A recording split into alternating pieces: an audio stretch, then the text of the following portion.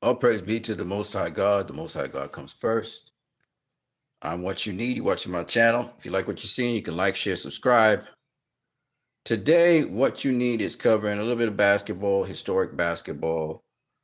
I want to talk a little bit about Scottie Pippen. Um, a lot of people just don't realize greatness and what people do. So I gotta say, the most underrated all-star superstar basketball player of all time, I believe, is Scottie Pippen. I listen to sometimes other basketball players like, Isaiah Thomas and disrespect Scottie Pippen. And they crazy. They crazy. They know. The Detroit Pistons know. Scottie Pippen was the reason the Bulls beat the Detroit Pistons when they did in 1990 and 1991. It wasn't Michael Jordan. It was Scottie Pippen. And we're going to talk about that. In fact, the first win that the Bulls had over the LA Lakers to win their first ever NBA championship was because of Scottie Pippen. We're going to talk about all of that. See, everybody talks about Michael Jordan for a particular reason. I'm going to explain it to you. Don't get me wrong. Michael Jordan's a great player and all of that. Not disputing that. But the reason that Scottie Pippen didn't win many more defensive titles, Scottie Pippen took great, great, great pleasure in doing defense. Scottie Pippen was the defensive Mount Rushmore of the Chicago Bulls. So let me see if I can make this clear to you guys, because I'm a guy that always say your offense must come off your defense, right? Whether it's boxing or whatever it is, your offense comes off of your defense, right? Scottie Pippen was the guy that basically ensured that the Bulls had solid defense. He was a defensive player unlike any defensive player. Anybody talk about Scottie Pippen, they're going to tell you this. They're going to tell you this, and they're going to tell you this. Whatever you needed Scottie Pippen to be on that team, he could be. The guy was incredibly versatile. Let me explain what Scottie Pippen brought to the Chicago Bulls that Michael Jordan did not bring to the Chicago Bulls. First of all, Scottie Pippen brought to the Chicago Bulls humility. Scottie Pippen became and was the shadow leader of the Chicago Bulls. Okay? I'm going to give you guys some facts afterward to back up what I'm saying. But first, let's just get there. He was really the de facto leader of the team. And he did not lead like Michael Jordan did by just simply pursuing wins and lambasting people when they didn't do what they needed to know. He was an encourager. He had a lot of heart. He always cared about his teammates. He was the glue that kept the team together. That's the first thing. Second thing that Scottie Pippen brought to the Chicago Bulls that Michael Jordan learned off of Scottie Pippen and grew as a team player off of Scottie Pippen was his ability to be selfless. Scottie Pippen knew he was playing on a team. This was a team sport. This was not an individual sport. It was not about putting up individual numbers. And you're going to see what I'm talking about because I'm going to show you all of this. I'm just laying it out there first. What made Scottie Pippen one of the greatest players of all time? And we're talking about the spirit of Bill Russell. We're talking about the spirit of Magic Johnson. That was what was rested on Scottie Pippen. Scottie Pippen was a guy who would distribute the ball to everybody on the team. He was the point guard that brought the ball. Most of the time, he brought the ball up from backcourt. And he directed the plays. Scottie Pippen directed the plays. Hold on a second. I'm going to show y'all something. Because y'all don't understand who this guy was. And a lot of you out here do not look at this. He is directing the play. He's walking the ball up the court and he is telling people where they need to go and directing the play. He calling the play numbers. He directing the play. Y'all don't know who the real leader. Now, Michael Jordan, the thing about Michael Jordan was this. When Michael Jordan, from since college days, Michael Jordan wasn't afraid to take the ball and do what needed to be done with the ball. Right? And Michael was a phenomenal athlete. And I mean, he did some incredible things. But nobody's even disputing that. And even sometimes he'd bring the ball up the court. And sometimes, of course, he was known for steals and rebounds as well. He was a fantastic player. Don't get me wrong. But there were things that Scottie Pippen brought to the Bulls that made the Bulls successful. And Scottie was a very, very special player in that regards. And that's why Michael Jordan couldn't do what Scottie Pippen did with the Bulls when Michael Jordan wasn't there. Michael Jordan, without Scottie Pippen, never won a world championship. In fact, the furthest Michael Jordan went without a Scottie Pippen on his team was to the playoffs. They were eliminated. They were swept in the first round of every single playoff they played without Scottie Pippen. And then post Scottie Pippen, Michael Jordan came up with another team, which was the Washington Wizards. They didn't even make it to the playoffs. You look at Scottie Pippen on the Houston Rockets. And again, the Houston Rockets make it to the playoffs.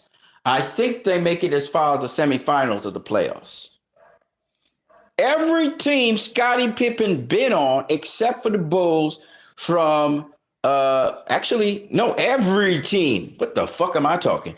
Every single team Scottie Pippen been on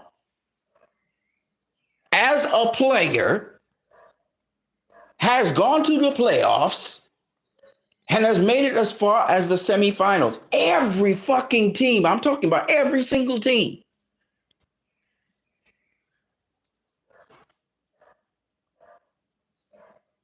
When it comes to teamwork and team playing, Scottie Pippen is the man. I think of LeBron James. LeBron James is more like Scottie Pippen, Magic Johnson, Bill Russell than Michael Jordan. So when y'all talk about, the conversation of LeBron James and Michael Jordan, they're different kinds of players out here. Scottie Pippen doesn't care about himself. He cares about the team. LeBron James don't care about himself. He cared about the team. Bill Russell didn't care about himself. He cared about the team. Magic Johnson didn't care about himself. He cared about the team. That's the kind of player you're talking about. And you will hear Scottie Pippen praise Magic Johnson because Magic Johnson was playing positions that people didn't think he could play. And Scottie Pippen's the same thing. And LeBron James is the same thing. Whatever you need me to be on this team, I'm going to be. But the difference between Scottie Pippen and LeBron James, even Scottie Pippen and Magic Johnson, is Scottie Pippen had that defensive element to the game. He wasn't just a point guard bringing the ball up, even though LeBron James is not really a point guard, but he can be if he needs to be. Scottie Pippen was more of a point guard. Even though they call him a power forward, he really was a point guard. Okay? And the thing about Scottie Pippen was this. He played the role of the point guard at least. Scottie Pippen used to dictate and he would direct how the offense would work. And he would yell at people to get back into defensive mode. He didn't have to yell at Jordan. Jordan knew what he was going to do. But other than that, what Scottie Pippen did was he freed up the game for Michael Jordan. Now think about this. This guy is 6'8". Scottie Pippen was one of the first people besides James Worthy and, Byron Scott, from the LA Lakers. These were very athletic players, Julius Erving. Scottie Pippen was taller than Julius Erving, taller than Michael Jordan. But Scottie Pippen could leap just as high or just as far as Michael Jordan could. You know who was another player, something like Scottie Pippen? Tracy McGrady. T-Mac. T-Mac was, unfortunately, T-Mac got injured in his career, but T-Mac has the personality and he has the demeanor of Scottie Pippen. I'm not saying he has the all-around game like Scottie Pippen, but he has the personality and demeanor like Scottie Pippen. T-Mac was a bad motherfucker, but of course Vince Carter was the guy, right? Because Vince Carter overshadowed T-Mac because Vince Carter did some crazy dunks. But you think about it, T-Mac could dunk, T-Mac could play D, T-Mac could rebound, T-Mac, could play power forward if he needed to. T-Mac could bring the ball down the court. T-Mac is, again, a guy like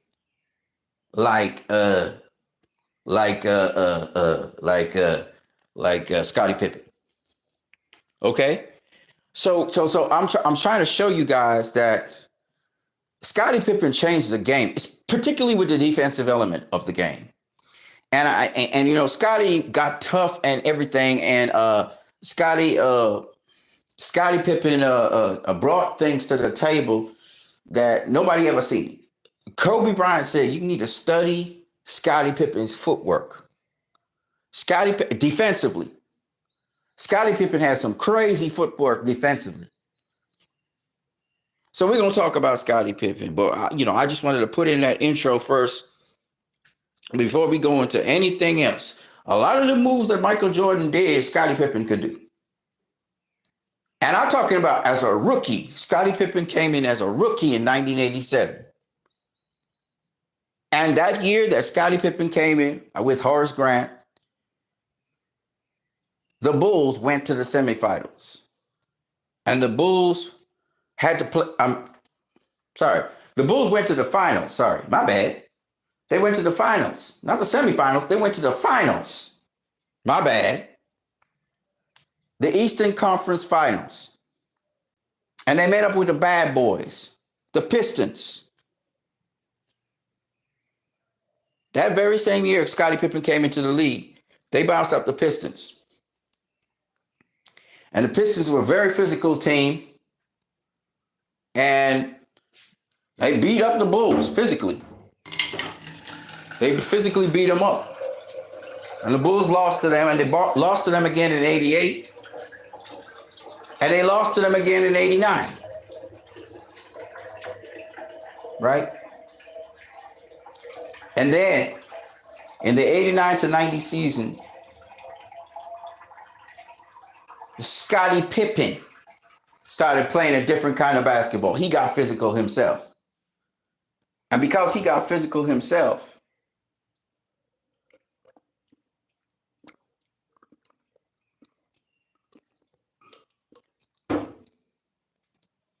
the Bulls were able to beat the Pistons.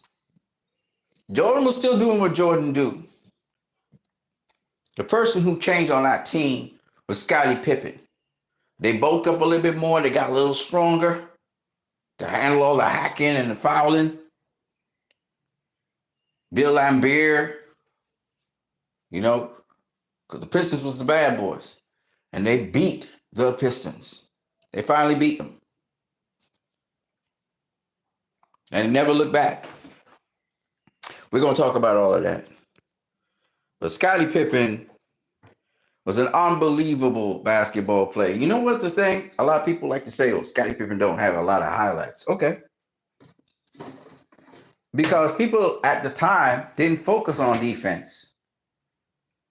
Back in the day, they only looking at the flashy offense. Michael Jordan with his flashy offense, his flashy dunks. Because Pippen would feed Jordan. Right? Because Jordan was more of a scorer than he was really a defensive player. Don't get me wrong. Jordan played defense. But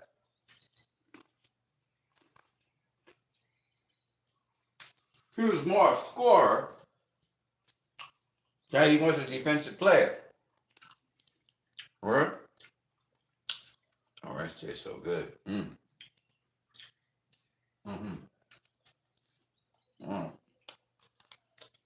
I'm saying?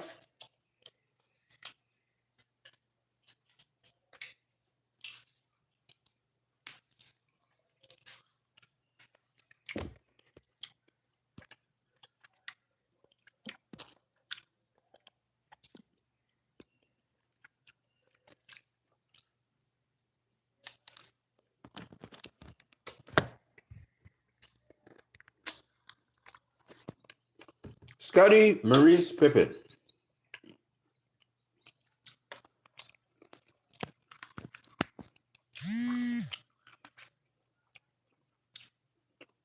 Was an American professional basketball player. He played 17 seasons in the NBA, winning 6 NBA championships with the Chicago Bulls. Considered one of the greatest small forwards of all time, Pippen played an important role in transforming the Bulls into a championship team and popularizing the NBA around the world during the 90s. Now, Michael Jordan himself praised Scottie Pippen. He was a 6-time NBA champion, 7-time NBA All-Star, NBA All-Star MVP in 1994 when Jordan wasn't there.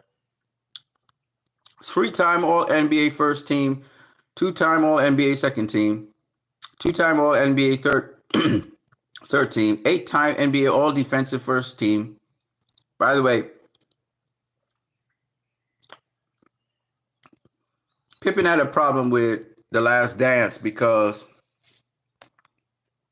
they kind of fit The Last Dance all the way around Jordan when it should have been more evenly distributed. Luke Longley wasn't even in there. A lot of the players in the team weren't there speaking about anything. It was all about praise for Jordan. And that's all well and good when Jordan, was in his career. But it's about time you tell the truth about things. And Scottie Pippen wrote a book where he talked about Michael Jordan. 1995, he was the NBA steals leader, NBA anniversary team, number 33, retired by Chicago Bulls, U.S. Basketball Male Athlete of the Year, and so on and so on and so on. Now,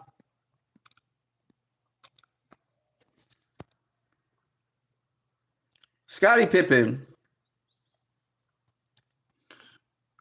was named NBA All-Defensive First Team 8 consecutive times and All-NBA First Team 3 times.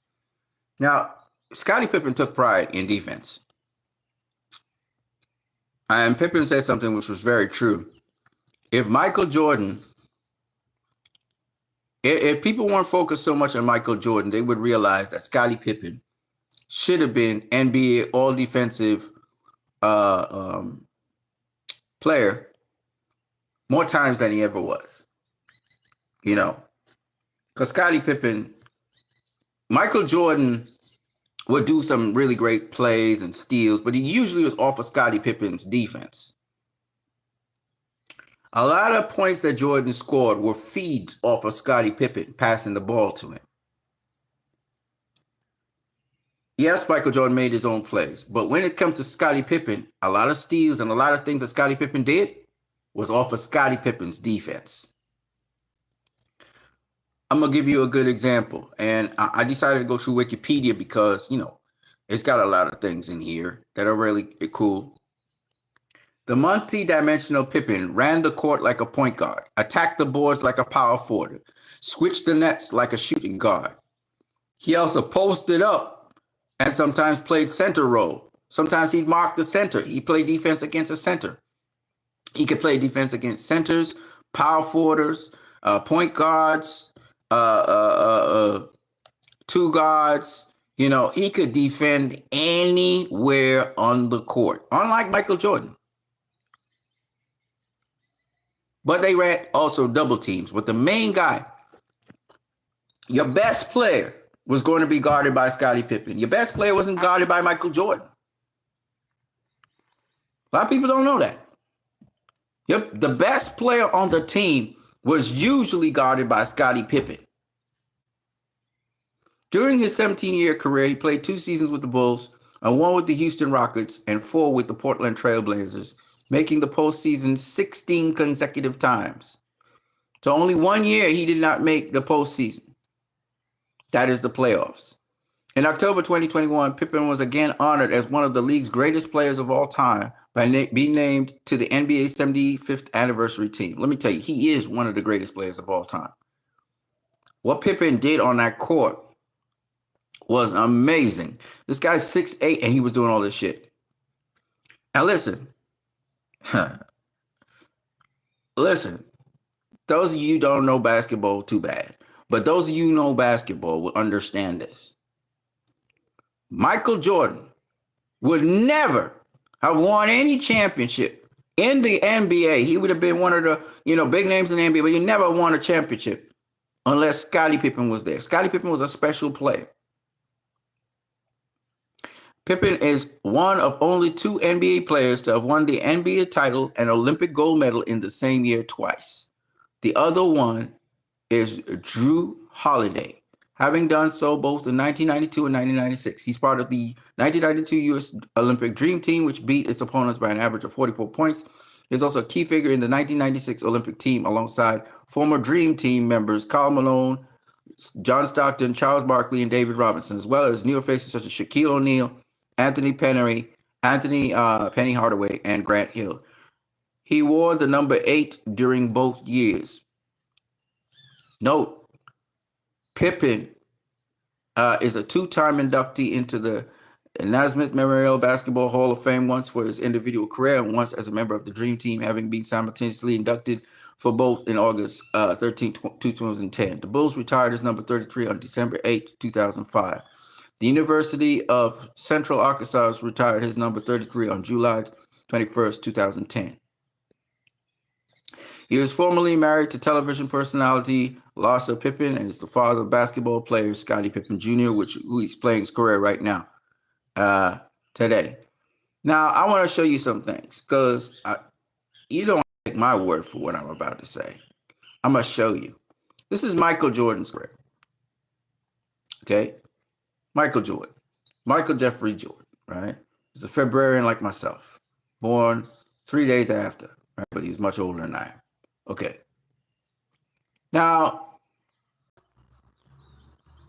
Michael Jordan played 15 seasons in the NBA between 1984 and 2003, winning 6 NBA championships with the Chicago Bulls. Widely considered one of the greatest players of all time, he's integral in popularizing basketball and NBA around the world in the 80s and 90s. He became a global cultural icon. Now, remember, Michael Jordan had a Nike contract landed to him before he even entered the NBA. And then on top of that, they call him Air Jordan because, he flies through the air and all of that stuff. Michael Jordan was already a superstar going into the NBA. And then in the rookie year, he just did some incredible things to get the Chicago Bulls to the playoffs and consistently got them to the playoffs. They got swept every single time, but he got them to the playoffs. The Bulls began building their team around Michael Jordan. So he was like a star player. He's like, Kobe Bryant, right? He was a star player from the get-go. Scottie Pippen wasn't known. Nobody knew Scottie Pippen. When Scottie Pippen came onto the 1987 team, started playing, nobody knew who Scottie Pippen was. Right? Everybody was, Jordan. Okay? And that narrative goes on and on and on because everybody, I remember one person saying, the Bulls carried Jordan on their back. You know what I mean? Jordan carried the Bulls on his back. Yeah, he carried the Bulls on his back from 1984 all the way up till 1987. He was carrying the Bulls on his back. When Scottie Pippen came into the equation, the Bulls advanced to the Eastern Conference Finals because Scottie Pippen took some of the pressure off of Michael Jordan. In fact, he took a lot of pressure off of Michael Jordan. The young Scottie Pippen used to fly in the air just like Mike. There's clips on him flying through. You know what? Let me see if I can find some GIFs on that because y'all need to see what Scottie Pippen was. This motherfucker was bad. He was a bad motherfucker.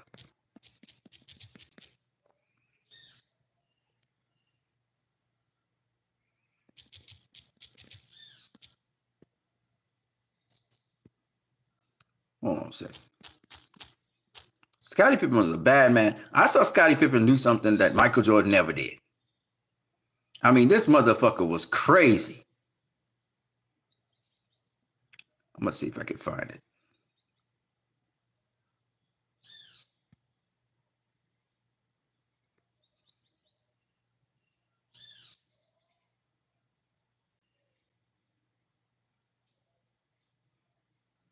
I can't exactly find it, but I'm going to find it. Oh, he could shoot threes. Scottie Pippen could also shoot the three. He do the reverse layup just like Michael Jordan. You see him doing it right down here. Look at this. Look at this shit.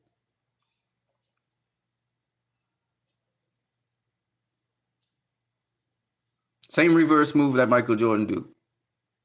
So he did almost everything like Michael Jordan. Look at him dunk. Oh, that's another thing. I forgot. All right, that's Scottie Pippen dunking with the right hand. Right? They just got out of the way. Look at this crazy. This is some crazy shit. Scottie Pippen dunking with the left hand. Yeah, Scottie Pippen used to dunk with the left hand as well. He also could palm the ball like Michael Jordan. So that was another crazy thing.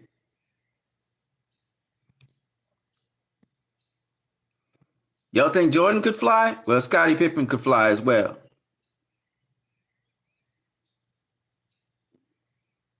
His head almost hit the backboard. Everything Michael Jordan did, Scottie Pippen could also do. And that's what a lot of people don't know. But Scottie Pippen was really known for his defense. He took great pride in his defense. Great pride in his defense. But he also shot trees. Offensively, he was just as effective as Michael Jordan. The difference between Scottie Pippen and Michael Jordan was Scottie Pippen was an unselfish player.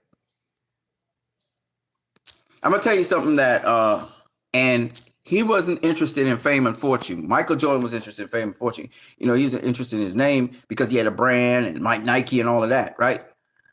And again, Jordan was very competitive. So he didn't even care. He just wanted to win, right? But Scottie Pippen was the orchestrator and the leader of the team, right? And Scottie Pippen would do whatever needed to be done. I'm going to show you something. There's something here I need to show you. This is Michael Jordan palming the ball and faking. See, he faked it, and then he did as if he was going to pass one way, and then he went the other way. Look at Pippen finish with the left hand again.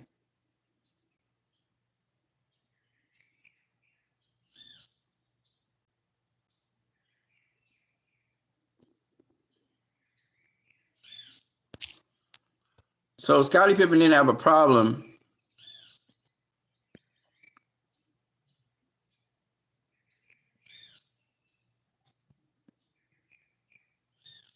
Here's again Jordan faking as if he's going to throw the ball one way.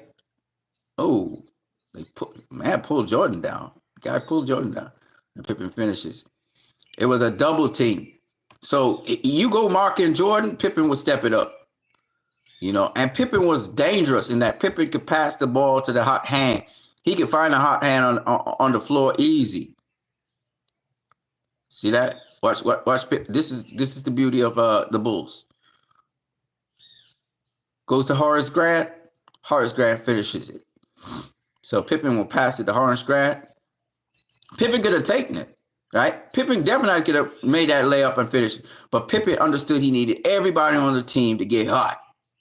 He wanted everybody to be scoring. Then they could work on their defense and shut the other team down and blow them out. So that was the beauty of Pippen. Pippen got everybody involved in the game, defensively and offensively. Michael Jordan was more interested in scoring than in passing the ball. You understand? But Pippen would watch the whole court. He would watch everything. Yes, Jordan was brilliant at reading defense and reading the defense of another team. Don't get me wrong, Jordan was great. But he didn't have as much responsibility as Scottie Pippen did. And that's what I'm trying to show y'all. You know, don't get me wrong, Michael Jordan was a great guy. But look at this. Look at the feed Scottie Pippen gives to Michael Jordan. He alley-oops it to Jordan backdoor. Look at the back. Look at the alley-oop. You know what I'm saying? Now they say that it was like Batman and Robin. Bro, it's like talking about Ben Affleck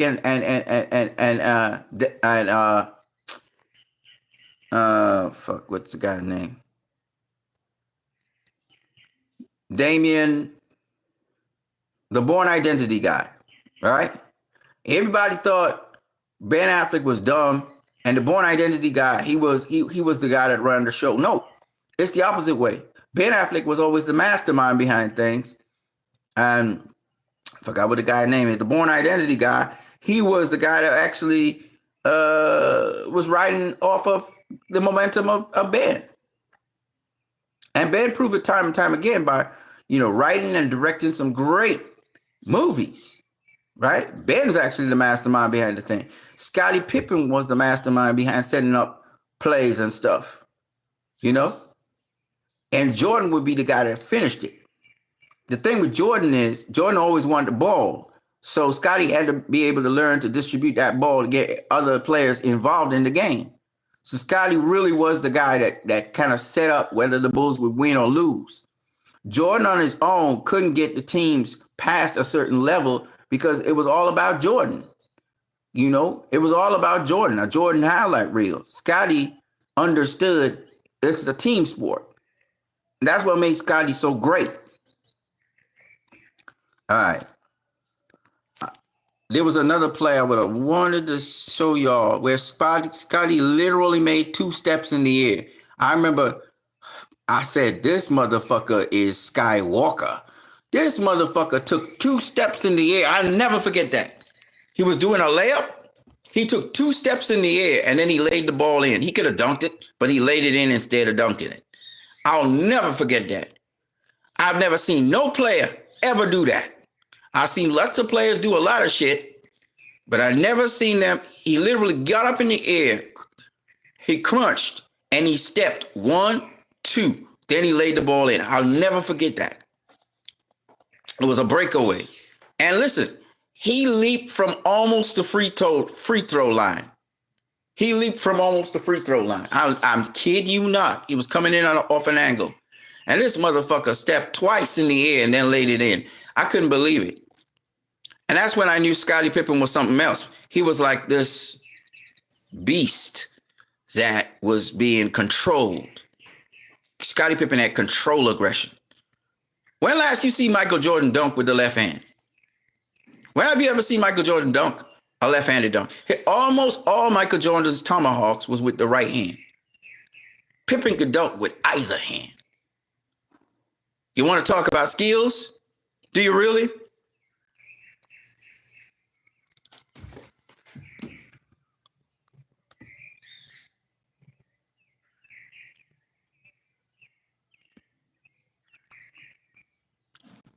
Pippen was unselfish. Look at this. Look at this. Now, why is Michael Jordan coming to Scottie Pippen? He's sick in this game. And Pippen's helping him, supporting him. Why did Jordan go to Pippen? I'm going to tell you why. Now, we already know Jordan and Pippen were never close. They were great teammates on the court. They trained, but they didn't really have no relationship outside of basketball, okay? But why does Jordan go to Scottie Pippen here? He's tired, he's burned out. Why does he go to Scottie Pippen? I'm telling you, Scottie Pippen was that kind of guy. Scottie Pippen didn't chastise Luke Longley when he didn't do good. Scottie Pippen wasn't a guy that would make you step up your game. He'd be like, hey, man, you got to step up your game. Jordan used to chastise Luke Longley. He used to cuss him out, all kinds of shit. Tough love, right? Jordan was a tough love kind of guy. He'd be brutal and he'd be brutally honest with you, right? Scottie Pippen had the finesse. He came from Arkansas, so he had the finesse. He knew how to get guys not to be discouraged and to motivate them, encourage them. He would hang out with Luke Longley and all them guys just to make sure them guys okay. All right? Jordan didn't hang out with the gang. You know what I'm saying? And no disrespect to Jordan. I think, anybody want to say Jordan is the greatest player of all time? I mean, there's some shit that Jordan did that's just crazy. It blew my mind. It still blows my mind to this day, offensively and defensively. So there was a special thing about Michael Jordan. We're not questioning that, but the most important player on that team was not Michael Jordan. The most important player on the Bulls team was Scottie Pippen. Without Scottie Pippen, that team would have never gotten success. Would have never reached where it reached. And the players, you ask any player on that team what they think about Scottie Pippen, the true leader of the team. And I'm telling you right now, all the team members wouldn't say nothing bad about Scottie Pippen. So when Scottie Pippen came out and said what he said in his book, people think he hating on Jordan and shit like that. No, he was not hating on Jordan. And I'm sure Jordan took offense to that. Probably gave Scottie a tongue lashing and shit. But I'm going to be honest with you, though. When Mike thinks about it in the corner, he'll be like, you know what, man? Scottie made me a better player. Yes, I used to hug the ball a little too much like Kobe Bryant. I used to hug the ball a little too much. And Scottie, because Scottie came on the team, he was able to get other players into the game. And I wanted to win so bad that, you know, sometimes I abused players. I wanted them to get tougher and stuff. And Scottie Pippen, you know, Scottie Pippen had a better way of communicating with the players. And that's what kept us together. So what I'm trying to say is Scottie was brutally honest about Michael Jordan. And I'm going to be honest with y'all. A lot of people try to dump on Scottie Pippen, who he thinks he is. I remember Isaiah Thomas talking about, who, Scottie Pippen, telling me that I shouldn't be on the dream team, Scottie? You know, Isaiah Thomas trying to throw jabs at Scottie Pippen. But the truth is, Scottie Pippen being honest. Michael Jordan didn't want Isaiah Thomas on the team. So Isaiah Thomas was not on the team. The ill will that Michael Jordan had towards Isaiah Thomas trickled into the dream team, unfortunately, for Isaiah. Isaiah was just playing tough basketball. Don't get me wrong. Isaiah Thomas is a nice guy, but as a competitor, he'll do whatever it takes to win. There ain't no ethics with Isaiah Thomas, right? He'll play dirty and low down. He can be dirty and low down with you, right? That was the Detroit Pistons. And I think Jordan took offense to that to this day. He's like, fuck Isaiah to this day. Whereas Scottie Pippen, even though Scottie Pippen said, you know, Isaiah was never going to be on the dream team, I didn't want Isaiah on the dream team. Scottie need to understand, though, that we got to grow past that. You know, let bygones be bygones. You know who this person is, you know what they are, but, you know, let bygones be bygones. So, but Pippen didn't want him on the team either. But the truth is, though, Scottie Pippen was the foundation of the Bulls. And anybody say otherwise, they don't know what the fuck they talking about. You know what I'm saying? This guy not only bettered the Bulls team, he bettered the Trailblazers. He bettered the Houston Rockets when he was there with the Houston Rockets. You know what I'm saying? Scottie Pippen was that kind of guy. So, you know, it's interesting hearing other people talk about Scottie Pippen. But without Scottie Pippen, now this is them working out the game plan.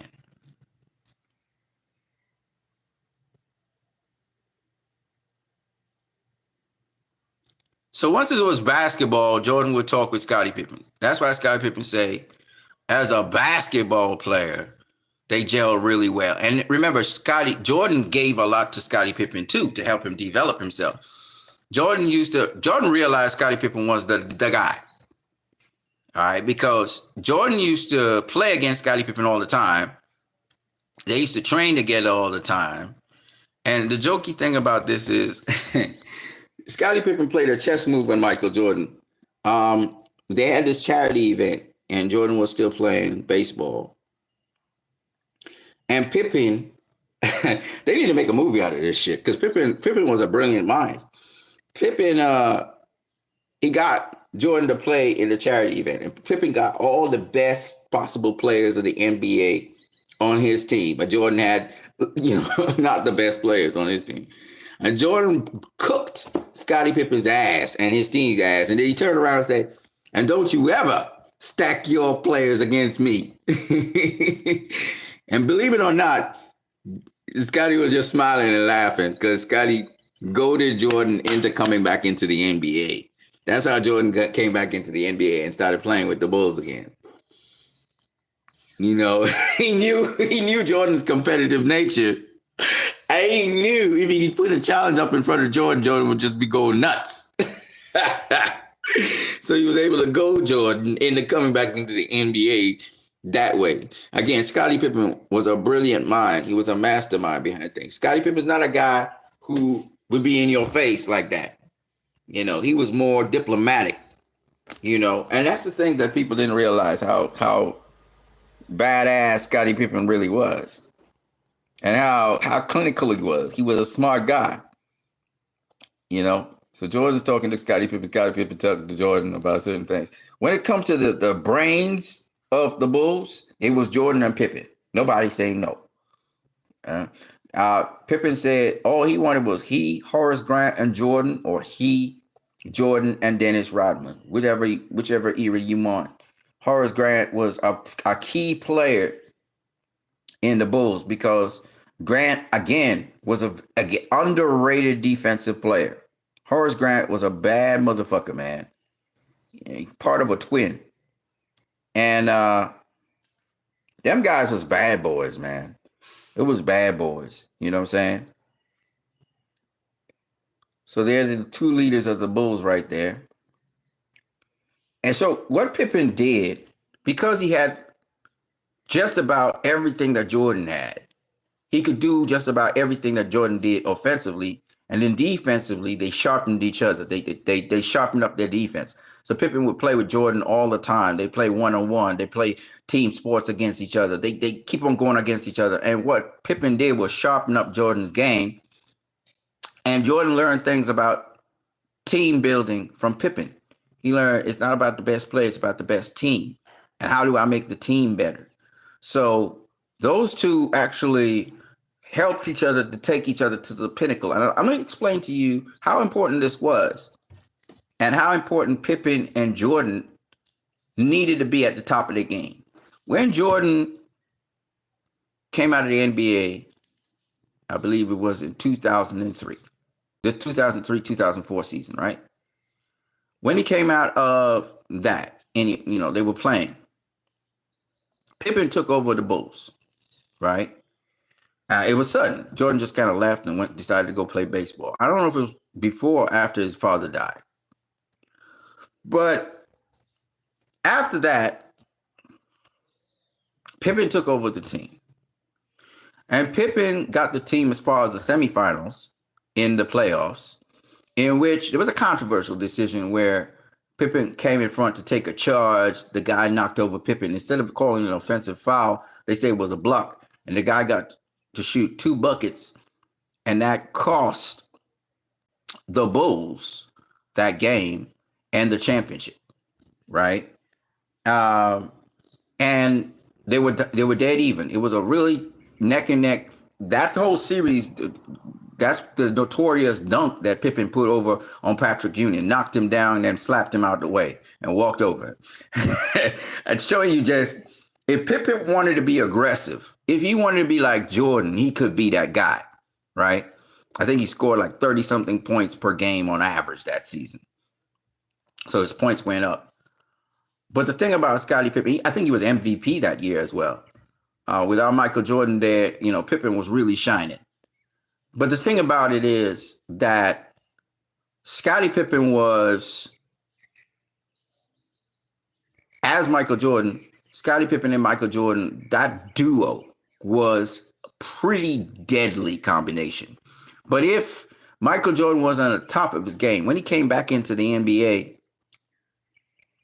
that year that he came back in, the Bulls got beat by the Orlando Magic.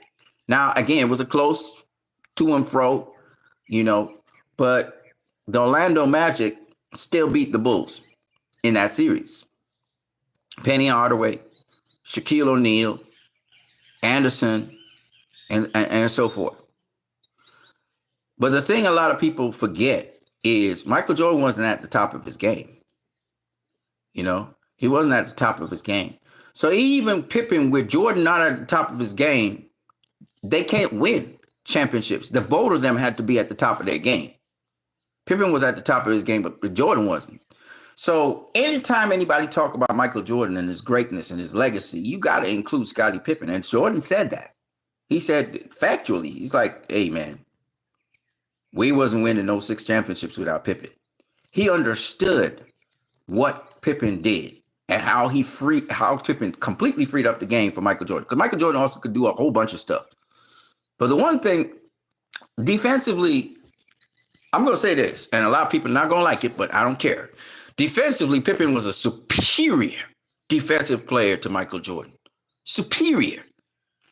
The kind of defense that Michael actually started to imitate what Pippen did, and the combination of them two was impregnable. I remember the 1996 Bulls. They were impregnable. Nobody could get past their defense. And it was because Michael Jordan started doing exactly what Scottie Pippen started. He would start a double team with Scottie Pippen. They would play what's called zone defense. Pippen would be marking 3 different guys. Then Jordan would try to jump in a double team with Pippen when he see one guy having difficulty. And that's how they started getting stealing balls from people and stuff. Them two playing together was like, they were beasts. And Pippen was a beast defensively. Now, let me explain what I mean. If you have a best player on a team and you need somebody to shut them down, you wasn't bringing Michael Jordan in there to shut them down. Don't get me wrong. Michael Jordan saying, he might tell a player, hey, man, I'm going to shut you down or whatever, And Jordan did shut down some players. But if you wanted a guy to give the best player on your team hell, the guy that you had to turn to was Scottie Pippen. Scottie Pippen shut down. I ain't joking. He shut down, and it was a big difference in the Bulls' first success back in 1990 against the LA Lakers. And I want to show you guys a little bit about this.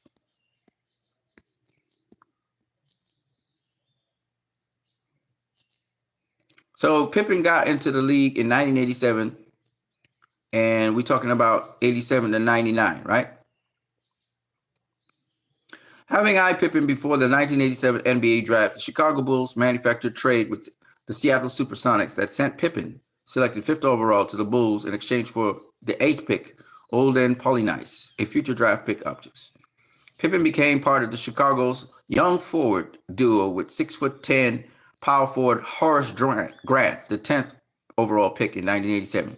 Although both came off the bench during their rookie seasons, Pippen made his NBA debut on November 7, 1987, when the Chicago Bulls opened against the Philadelphia 76ers.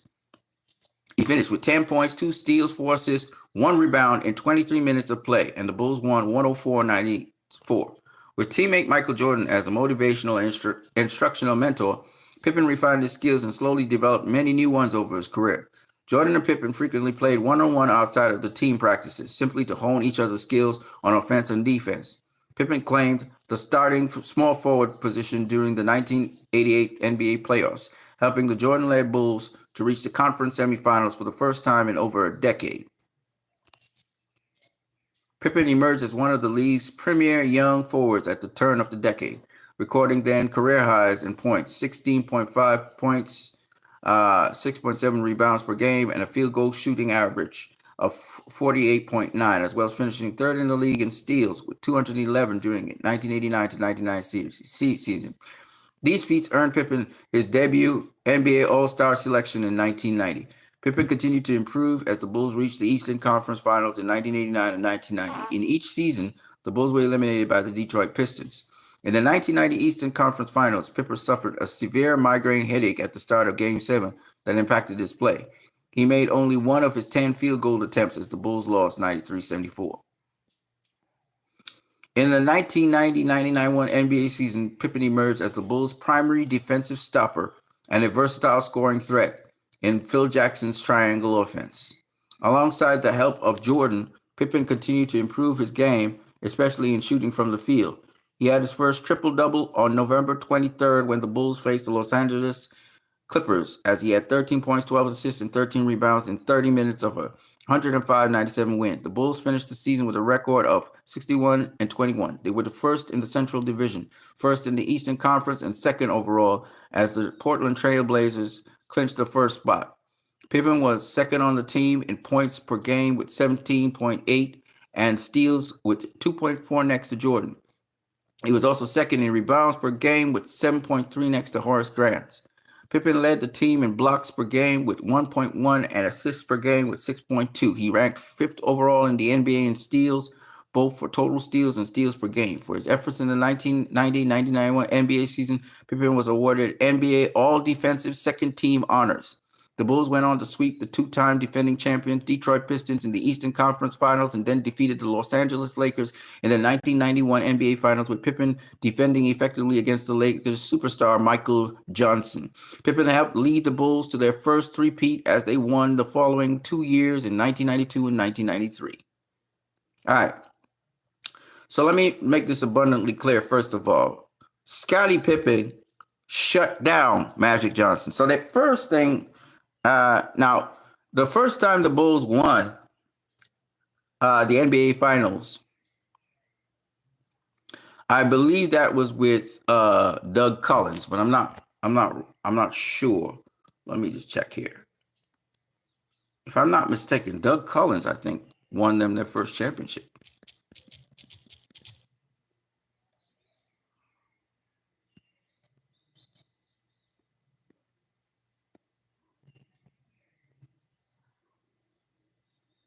As an NBA American basketball executive, former player, coach, and television analyst, he played in the NBA from 1973 to 1981 for the Philadelphia 76ers, earning 4 NBA All-Star selections. He then became the NBA coach in 1986, had stints coaching the Chicago Bulls, Detroit Pistons, Washington Wizards, and Philadelphia 76ers. Collins also served as an analyst for various NBA-related broadcast shows. He's a recipient of the Court Goldie Media Award. In April 2024, Collins was elected to the Naismith Memorial Basketball Hall of Fame class of 2024 by Contributors Committee. Okay, hold on a second. All right, so actually he led the Chicago Bulls from 1986 to 1989. So actually, they never had no championships under Doug Collins. I always thought he carried them to a championship. He did not. Okay, so the person who did that was Phil Jackson. All right, cool. So anyway, so you had to have Phil Jackson. So it was Phil Jackson. These are the key people. Phil Jackson, Scottie Pippen, Michael Jordan, Horace Grant. These were important people that allowed the Chicago Bulls to win. You had to have Phil Jackson. Phil Jackson made a difference. In 1990, the Bulls won. Right. All right, and Scottie Pippen was another major player, and then there was Michael Jordan. So if you're going to put this thing in the correct perspective, you got to put it in the correct perspective. Now I want to show you something. So Michael Jordan, right?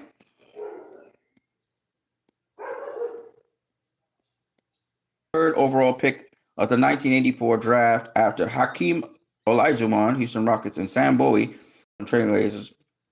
One of the primary reasons why Jordan was not drafted sooner was because the first two teams were in need of a center. Trailblazers general manager Stu Inman contended that it was not a matter of drafting a center, but more a matter of taking Bowie over Jordan, in part because Portland already had Clyde Drexler. As you know, Clyde Drexler played against Jordan in college basketball.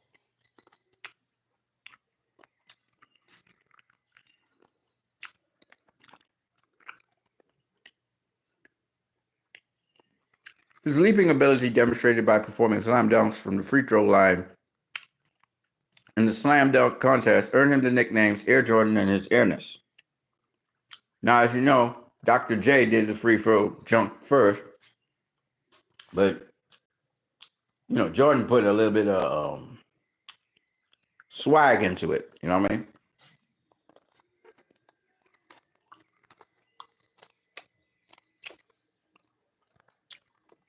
Well, I like to see somebody dunk from the 3-point line.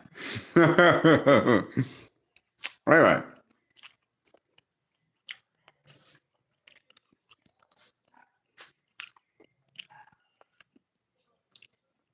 Correct.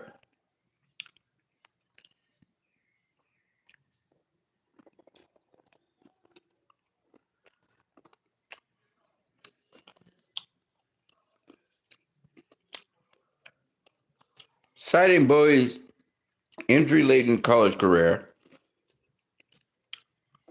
ESPN named the Blazers' choice of Bowie as, as the worst draft pick in North American professional sports history. Jordan made his NBA debut. Excuse me, I'm eating something. At Chicago Stadium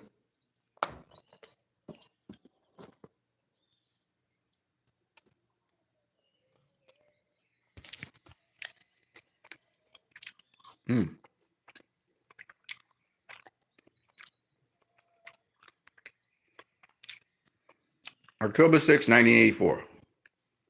He scored 16 points. In 2021,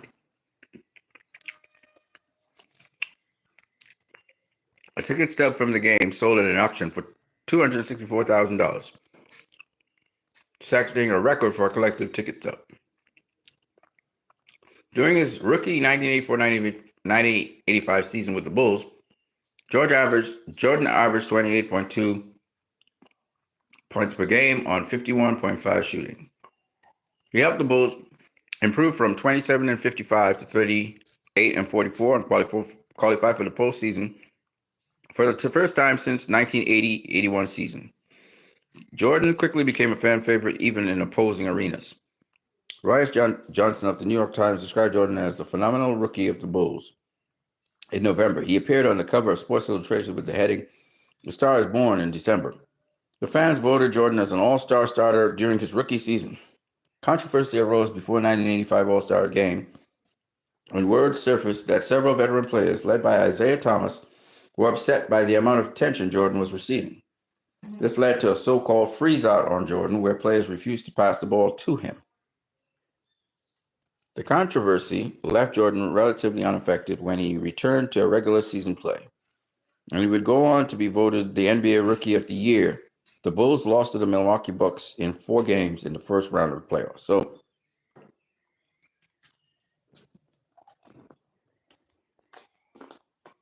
in the All-Star game, Isaiah Thomas led a petition so that players wouldn't pass the ball to Michael Jordan.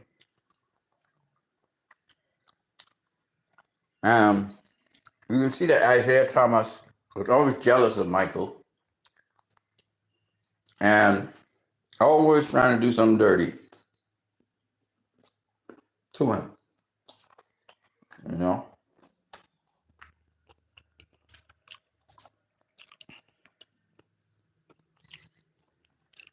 An often cited moment was August 26, 1985,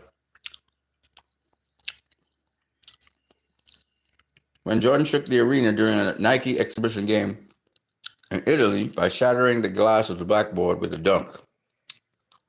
The moment was filmed and often referred to as an important milestone in Jordan's rise. The shoes Jordan wore during the game were auctioned in August 2020 for $615,000, a record for a pair of sneakers.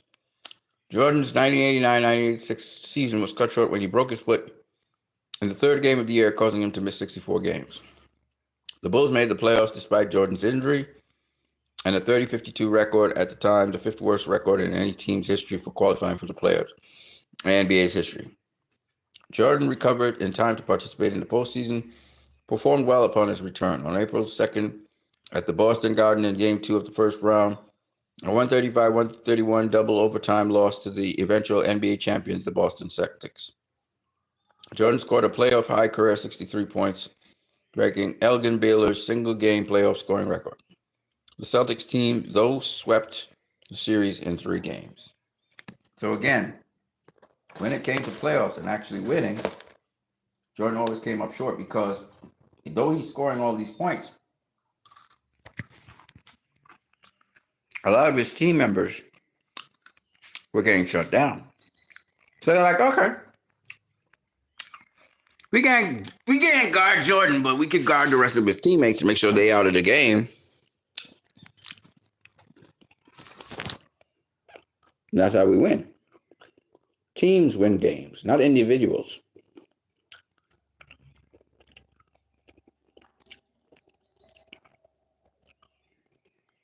Okay, for some reason that went backwards.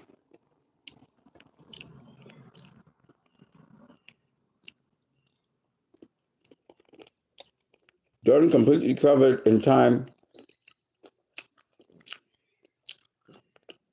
in the 1986-1987 season, had one of the most prolific scoring seasons in NBA history. Became the only player other than Will Chamberlain to score 3,000 points in a season, averaging a league high 31.1 points per game on 48.2 shooting. Jordan also demonstrated his defensive prowess as he became the first player in NBA history to record 200 steals and 100 block shots in a season. Despite Jordan's success, Magic Johnson won the NBA Most Valuable Player award. The Bulls reached 40 wins, advanced to the playoffs for the third consecutive year, but were once again swept by the Celtics.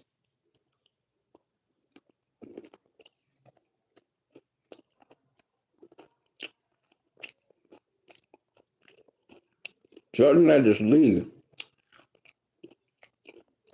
in scoring during the 1987-1988 season, averaging 35 points per game and 35.5 shooting. By the way, in 1987, Scottie Pippen entered the league.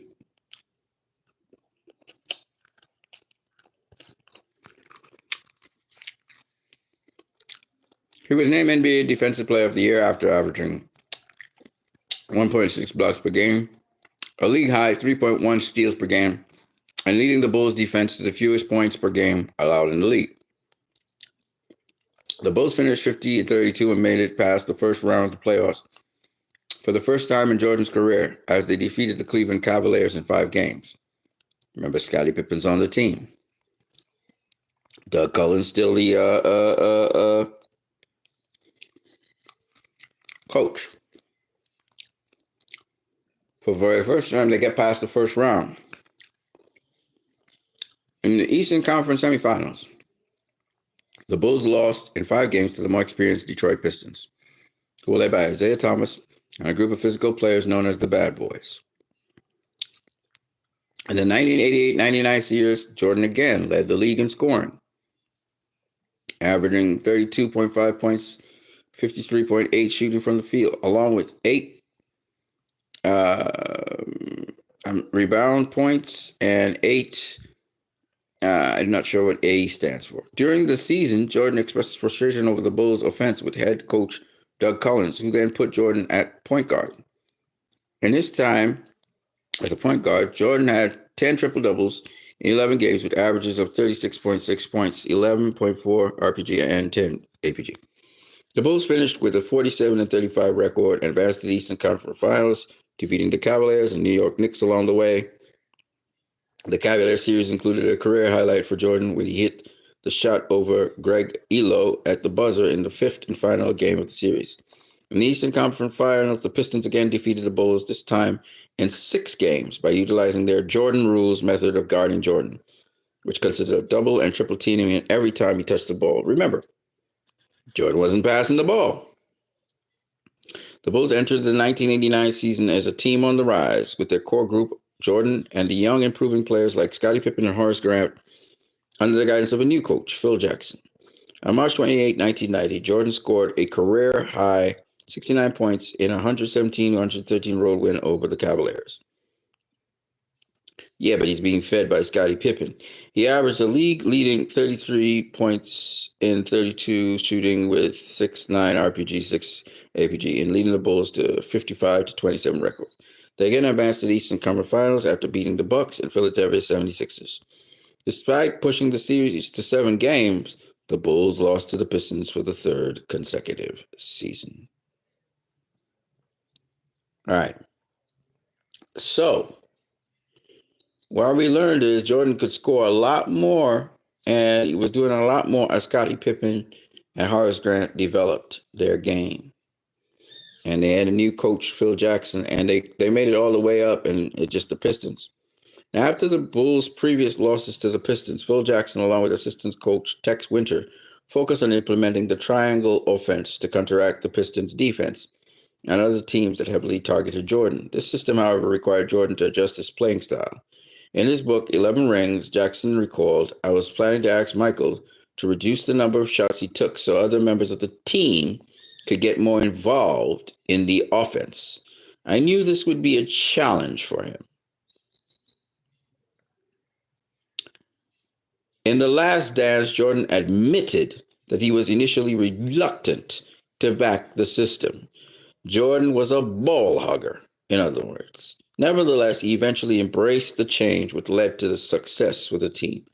Again, Scottie Pippen was the guy that used to distribute the ball. In the 1990-91 season, Jordan won his second MVP award by averaging 31.5 points per game on 53.9 shooting. All right.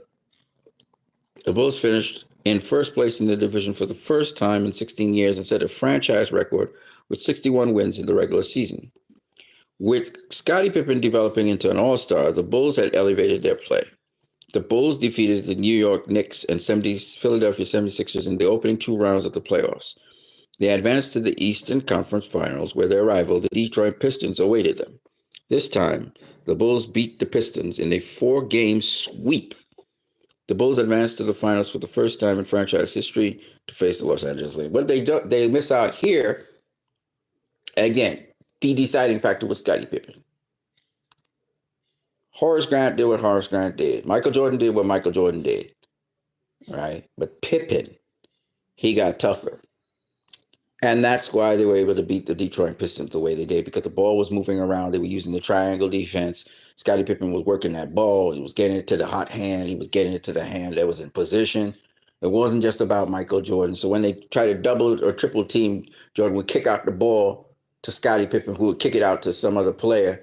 And because of that, instead of the hacker Shaq or the hacker Jordan, Pippen became a big player in the game.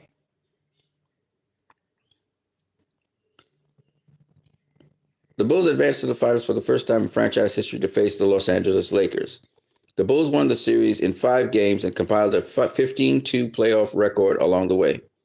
Perhaps the best-known moment of the series came in Game 2, when attempting a dunk, Jordan avoided potential Sam Perkins' block by switching the ball from his right hand to... Nah, that was not the greatest play in the game. The greatest plays in that game had to do with Scottie Pippen shutting down Magic Johnson from the back end of the court to the front end of the court. They started doing a full court press. And Pippen shut down Michael Johnson. That's the only reason why all of this shit, they talk about Michael Jordan's offensive. Michael Jordan was catching his ass trying to guard Magic Johnson. Anybody who know basketball know Michael Jordan was using too much energy. In fact, the commentary team said, "Man, this is sticking too much out of Michael Jordan, blah, blah, blah, blah." Phil Jackson put Scottie Pippen, a Magic Johnson, and shut that motherfucker down. Shut him down. That's how the Bulls won. But they'll always remember the highlights where Michael Jordan flipped the ball from his right hand to his left hand to put up the ball. But that's offensive stuff. What about all the steals? What about all the defense that Scottie did against Magic Johnson that made him miss shots, make the plays get intercepted? Michael Jordan was able to intercept and do some steals against certain plays because of Scottie Pippen's defense, because of his pressure. And this is where everybody began to learn about Scottie Pippen. The guy who won the game, say what you want about this, the guy who won the game against the Los Angeles Lakers were unstoppable. Nobody could mark Magic Johnson. Nobody. Jordan couldn't do it. Nobody could do it. But Pippen had the right dimensions. He was as tall as Magic Johnson. Magic Johnson can just throw a sky hook anytime he wanted to because Pippen could block it. And then Pippen was so much quicker than Magic Johnson. His feet, look at his footwork, how he would cut off certain lanes and open up certain lanes for Magic Johnson to go to. And he was doing a full court press on his ass. And if you want to see the best defensive plays of Scottie Pippen, you got to go back to the Los Angeles Lakers, that 1990 game, where Pippen was the deciding factor. They started off with Jordan. Couldn't stop Magic Johnson. Couldn't stop him. But that Pippen was tough. He became tougher because of dealing with the Pistons. That Pippen is what made the difference. And y'all could talk about how much Jordan scored and how much rebounds he got. That's bullshit.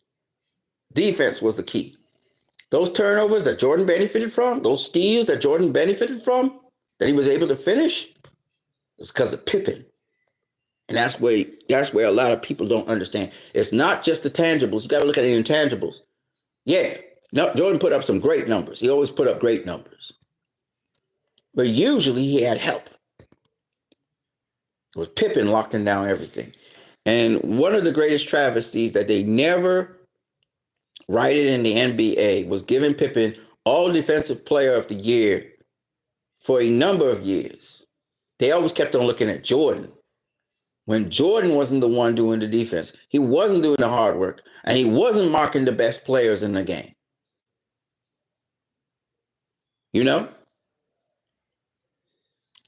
So that is why I say, and I'll say it again, that Scottie Pippen is one of the most underrated basketball players of all time. Underrated.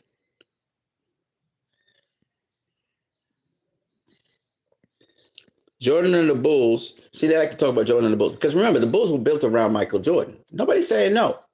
Michael Jordan was a big star, right? He was a big guy.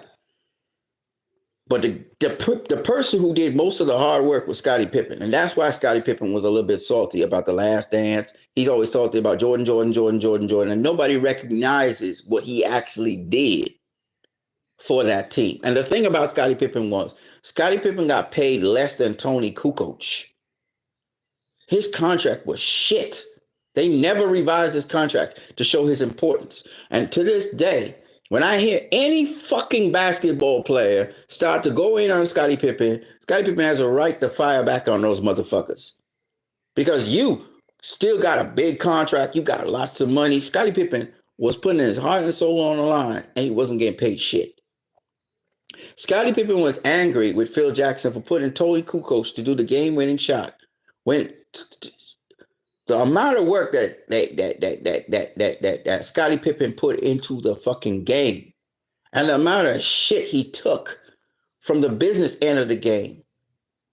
And he was right. Phil Jackson elevated the European fighters over Scottie Pippen. He wanted them to have the glory instead of Scottie Pippen. And Scottie Pippen said, that's petty shit. We're playing as a team. We do what is best for the team. Phil Jackson drafted up a play that Scottie Pippen did not agree with to make Tony Kukoc look good. And don't get me wrong, Tony Kukoc was a hell of a three-point player. He was also very good at free throws. He was a good finisher. But Pippen wanted the shot. Pippen wanted to finish. Why are you going to Tony when I could do this? And you know I'm clutch like that.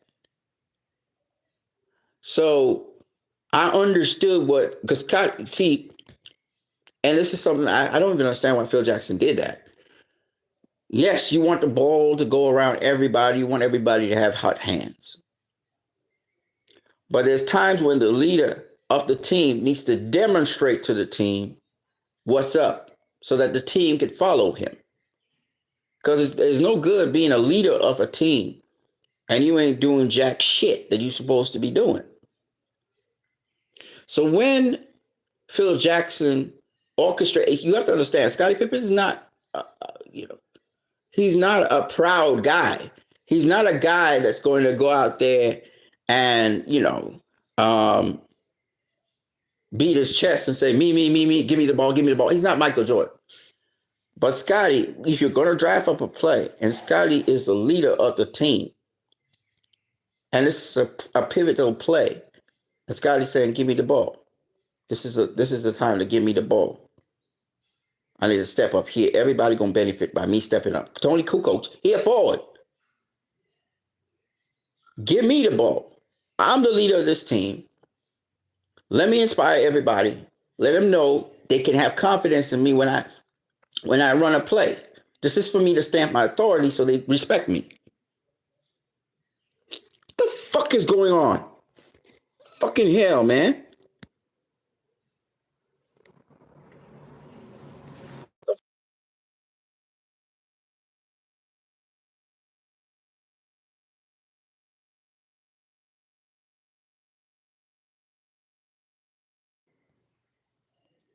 What is wrong with this fucking phone?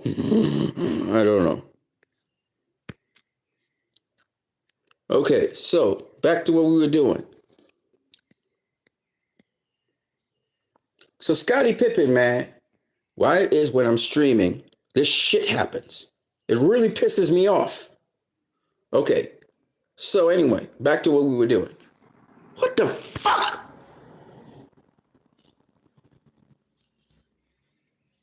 All right, so Scottie Pippen, like we were saying, keep on fucking interrupting me, man. Stop it. Okay, so anyway, Scottie Pippen, like I was saying, um, yeah, Scottie Pippen is that's why he was angry about what happened with Tony Kukoc. And he was just recapping it in his head because he was watching this play and like, man, you trying to go for cheap, elevating a particular player in the game when this is about a game. Fucking get off the fucking phone. Shit. Do you ever do not disturb sign? No. Okay. You need to get a do not disturb sign, man. This is fucking annoying. All right, anyway, back to what I was saying. So anyway, Scottie Pippen, all right. Uh do you have a do not disturb sign? Hold on. Let me see if I can get it. Clear that. You need to put a do not disturb. There you go. All right. Okay, so continuing onwards. I'm sorry about this, people. Sometimes I get really angry because like I'm in the middle of doing a stream and all kinds of shit always happen in the middle of my fucking stream. And it's just so fucking annoying. All right. It's hard to get the stream running to start with. I've been trying the whole morning to get this fucking stream started. The phone was giving me all kinds of problems. And I finally get the fucking stream going. That's when somebody wants to call me. Okay? And it is so fucking annoying. They just keep on calling and calling and calling and calling. I'll get back to you. Let me finish my fucking stream.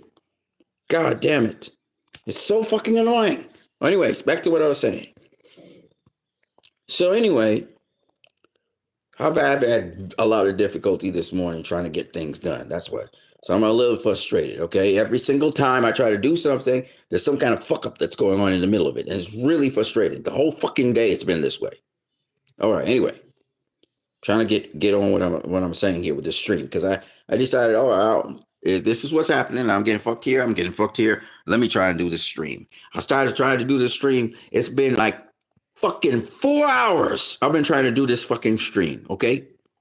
When I finally get through to try to do this stream, this motherfucker decides to call me in the middle of the fucking stream. Okay? That's what's pissing me off right now. Okay?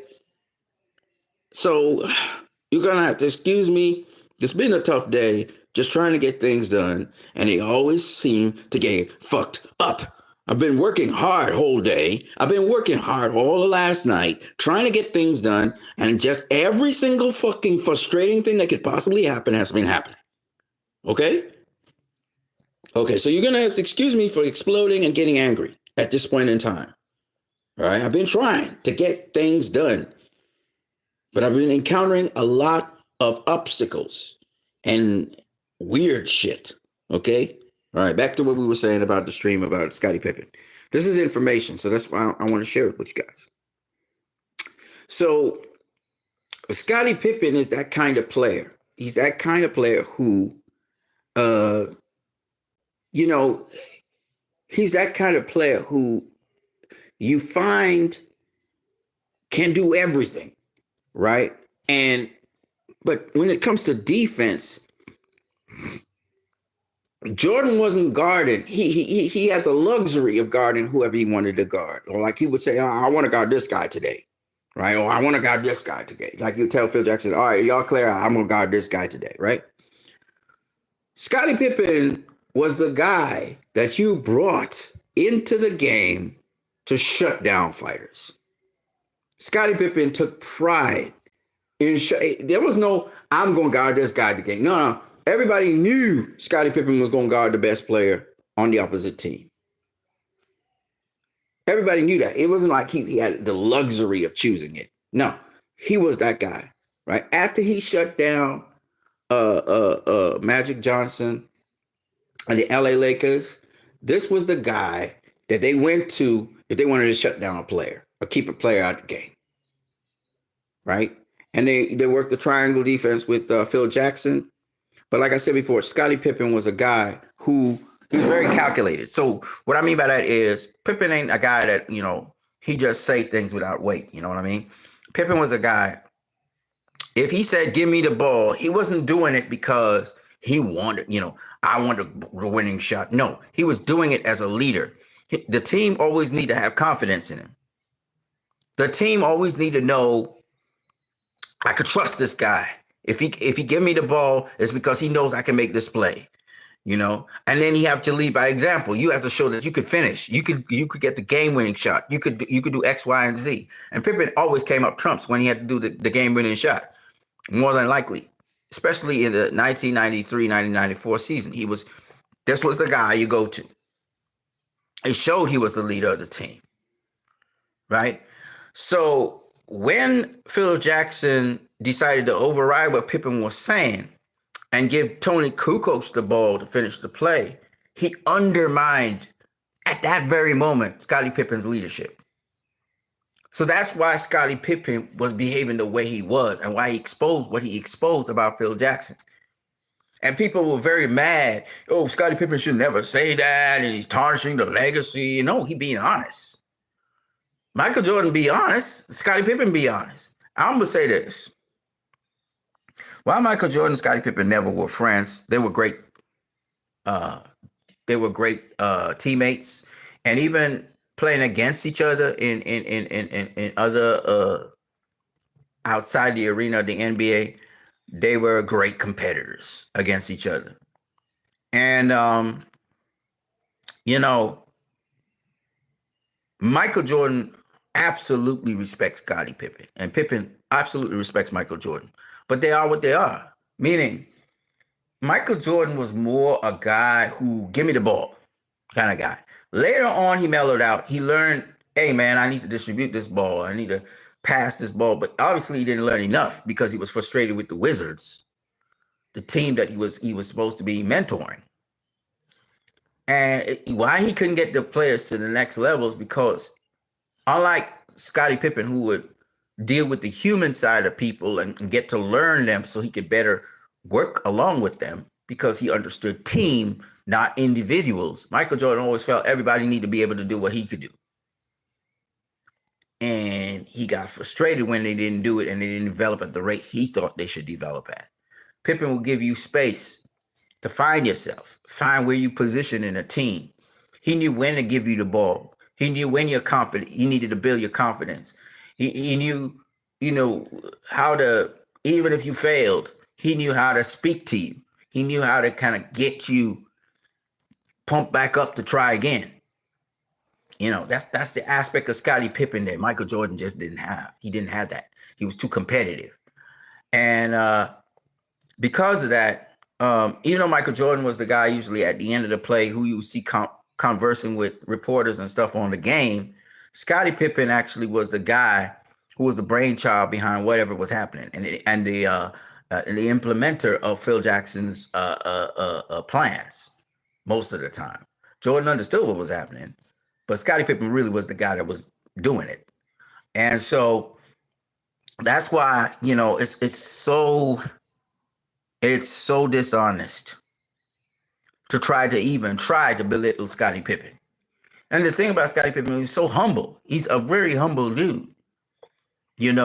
So that's why, and he wasn't looking for the highlight. He just wanted to see the team get better and win.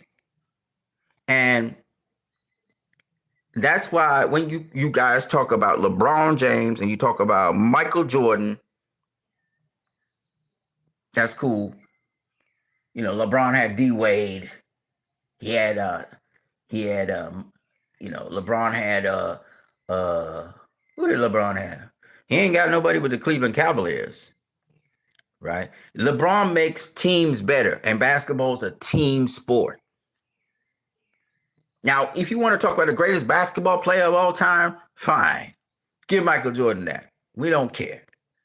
Because what counts is the best team. Brian Russell carried the Celtics to 11 wins? Something like that. Right? Larry Bird, same thing. Big, not 11 wins, but you know what I mean. You look at the team, and it was something that Michael Jordan understood later on. It was all about the team and winning championships. It wasn't about any individual player. And I mean, Michael Jordan made us imagine all kinds of things, and don't get me wrong, he was a great player. But if you ask me who I would want to be with to win championships, it's not Michael Jordan. It's not Kobe Bryant. I'll pick Magic Johnson and I'll pick Scottie Pippen over them any day, because these guys understood it was about the team winning. It wasn't about any one individual. And you fit in. You let your skill set fit in so that you could get the win for the team, not for you as an individual. Michael Jordan's competitive as an individual. He want to win in everything, but he don't care about his team like that. Scottie Pippen cared about the team, fostering, nurturing them, helping them to grow. That was the difference.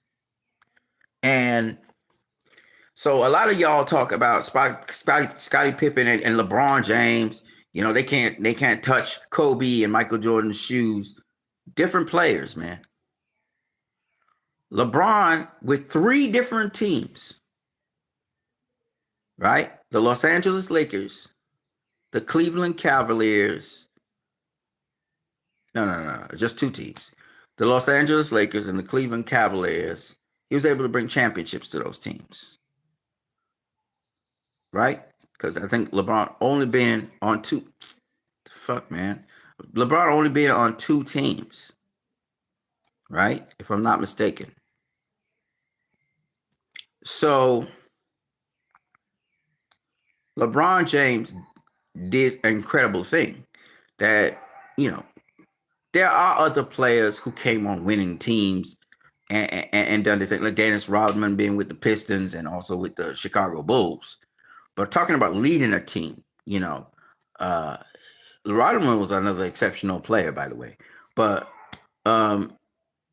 LeBron led 2 different teams to victory. And the Cleveland Cavaliers didn't really have anybody special, which showed how good LeBron was. That's something Michael Jordan never did. Okay? When he played with another team, which was the Wizards, he never even carried them to the playoffs, far less championship.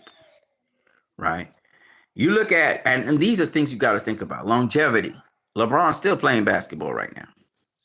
That's crazy. And you could say, oh, well, with Michael Jordan, he was very competitive and all of this and all of that. Yeah, okay. In terms of competitiveness and give me the ball, I want to do the winning shot. Jordan and Kobe, hands down, that's what they do. But what more did they do? How did they make their teams better? This is the question. Did they have difficulty making their teams better? Yes. And the reason being that they weren't communicated with the team members. They weren't trying to help the team members.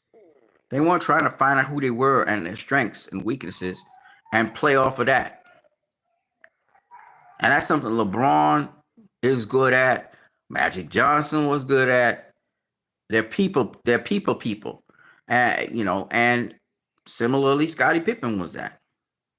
So you could look at determination to win, and all these attributes that Jordan and Kobe had, and they're great attributes. But it was also attributes that distanced themselves from their teammates. And they didn't, like Scottie, they didn't get to learn their teammates and use that as fuel to help them bind as a team and win tournaments as they could have. So that's why I said y'all could say what y'all want about Scottie Pippen. I know he's one of the greatest players I've ever seen. He wasn't a guy who tried to push himself into the forefront and grab everything like Michael Jordan was. And that's the problem with Kobe Bryant. He was fighting down Shaquille O'Neal. He wasn't trying to motivate and inspire Shaquille to be better.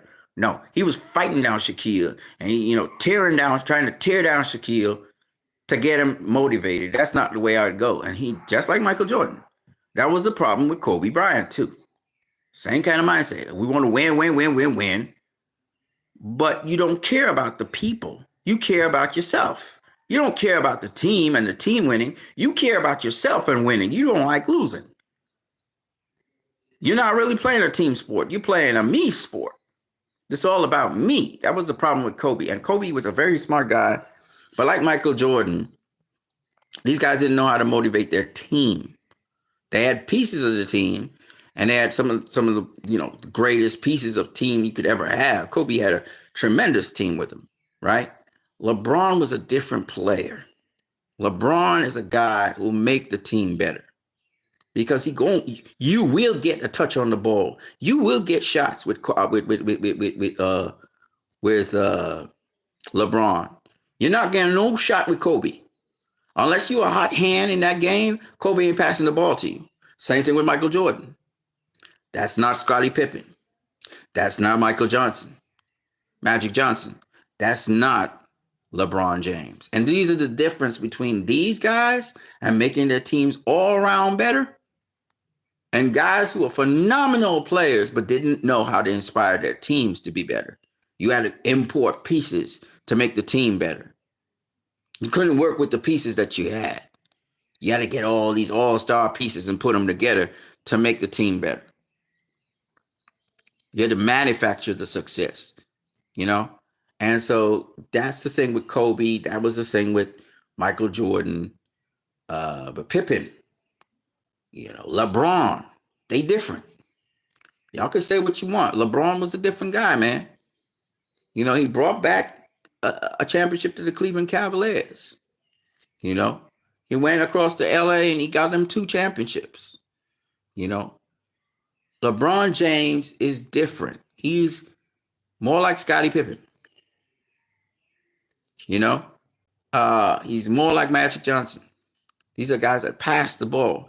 They have incredible ability. LeBron could probably be a tour de force. He could probably put up like 100 points a game. Hey, who could stop LeBron? It's very hard. He's strong. He's big. He can go to the rim like a big man. But he's a power forward. But yet he could be a point guard if necessary. He could play in multiple positions. He could be a center if he wanted to be. But he would try to get everybody involved. He tried to get the ball moving around. He tried to run plays. Scottie Pippen, unbelievable. Could fly just like Michael Jordan. Had unbelievable hop, unbelievable hoop skills and abilities. But he would play in the background. He want to make sure everybody's involved.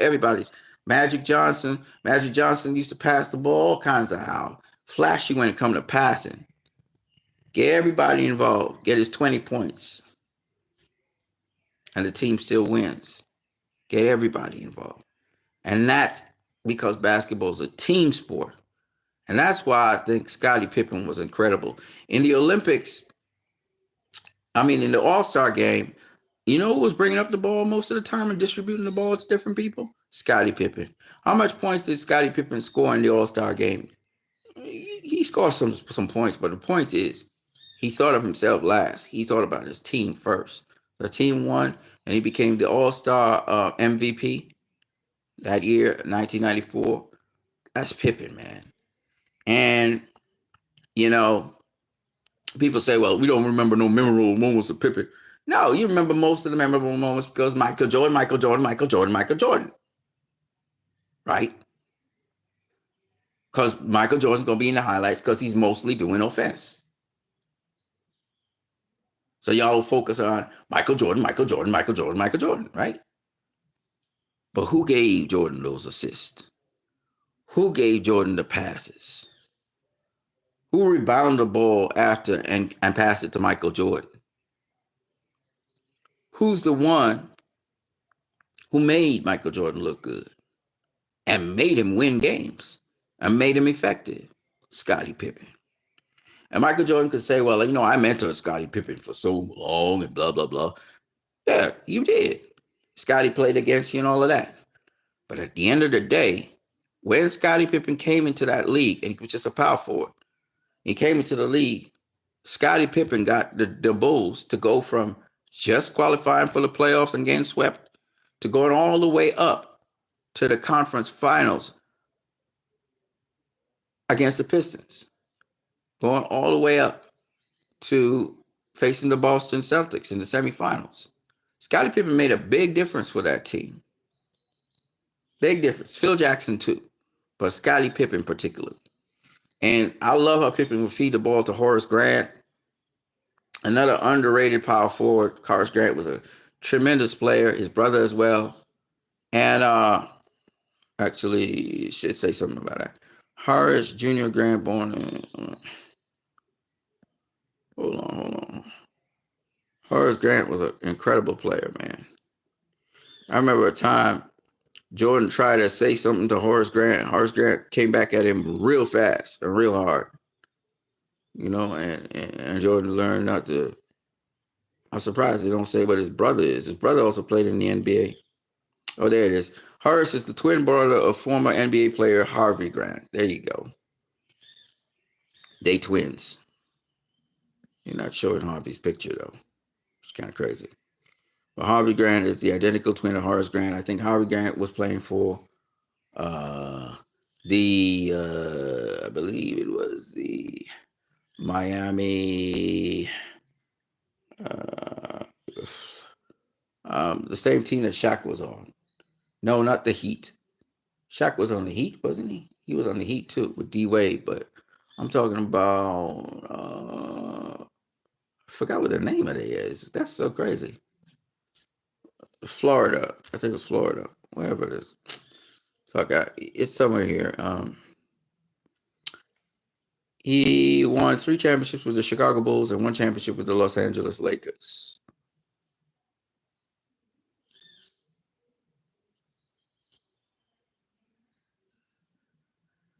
Hold on, I'm gonna tell you. Orlando Magic, that's it. Orlando Magic. He also played for the Seattle Supersonics and the LA Lakers. All right.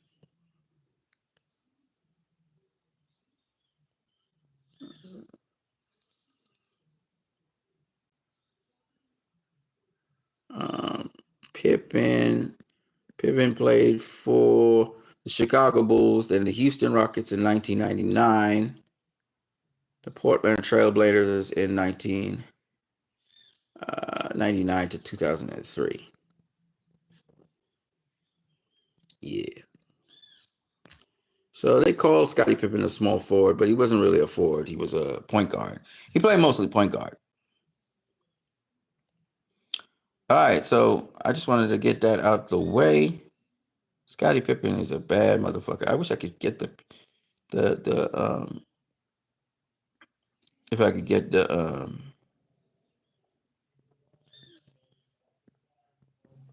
some footage of him. Look at this motherfucker. Could really jump, this guy could jump. This is, I believe he's on the Rocket team here.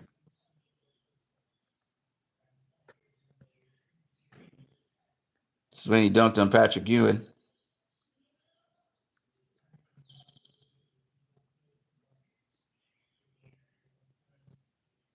Dunked over Patrick Ewing.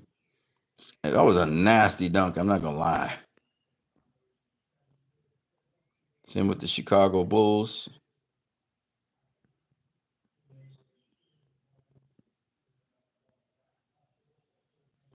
This is him reverse dunking.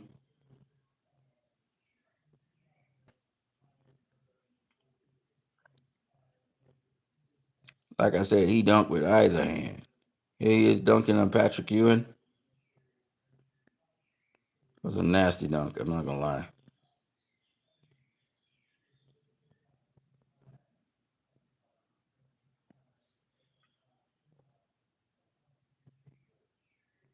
Dunking on the Knicks again.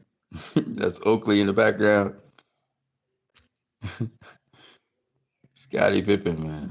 Bad motherfucker.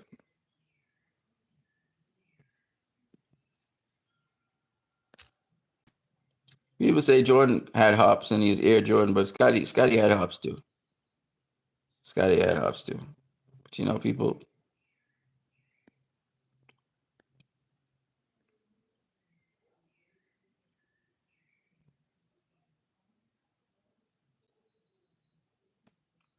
don't recognize they don't recognize how good he was, which is sad. Because he's damn good. You know what I'm saying? Damn good.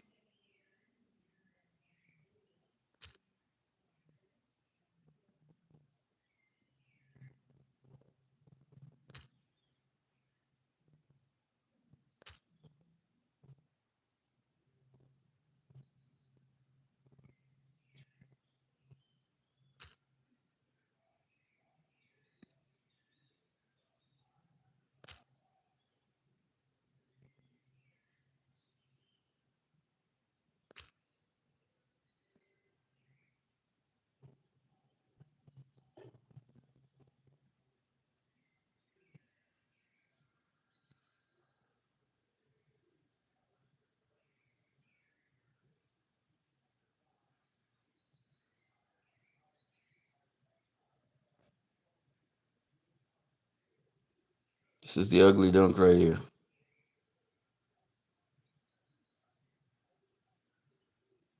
Dunked on Patrick Ewing. Walked over him.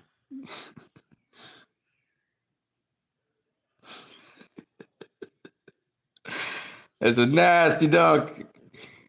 Jordan dunked on Ewing too and was fancy and stuff. But this was just nasty.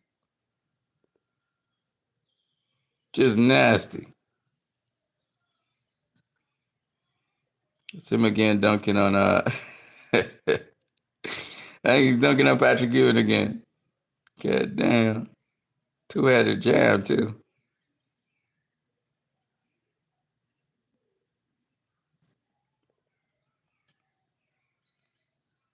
I mean, he posterized. That's Pippen blocking a shot there. Pippen could really jump. He also had finesse, like Jordan. You know, he had finesse.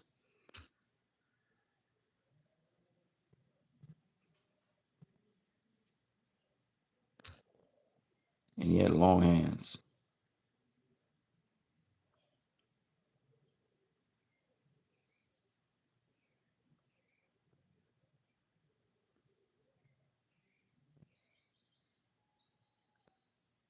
Yeah, Pippen was nasty. Don't get on the Hawks guy. Damn, this motherfucker could jump. Look how high he goes.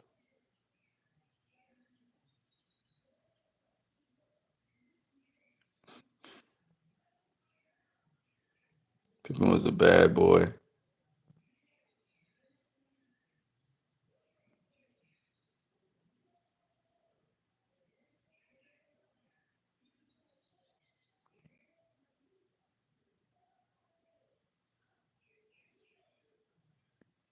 Pippen was nasty. He dunked on David Robinson here. Oh no, another guy. I think that's Chris Webb. I'm Chris. I forget what his name is. Chris whatever.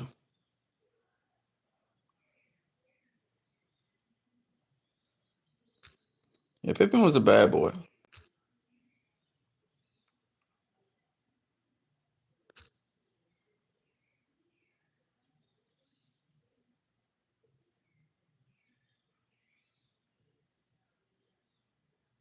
See him dunking on the Lakers right there.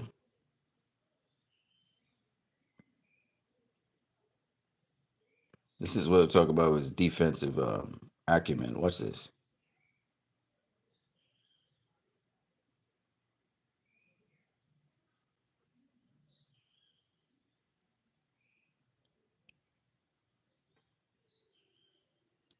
Blocks the ball. Really took a pride in his defense.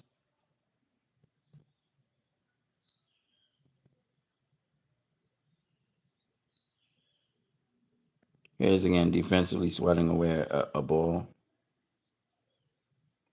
Jordan did it too, but as you can see, he had similar attributes to Michael Jordan. And this is in his rookie year, I think this is.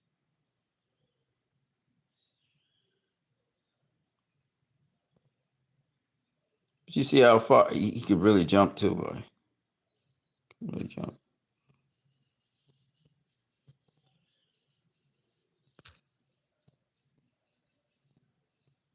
That's him being the MVP that year. He said he didn't care about being MVP. He really cared about the championships.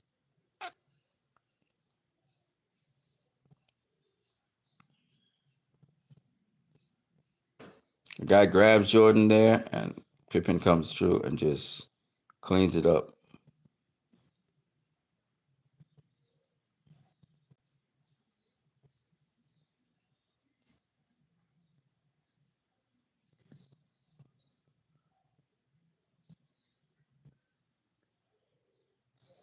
It's the Knicks again. Does as if he's gonna pass, and then he dunks it. See, he does as if he's gonna pass the ball, and he dunks it.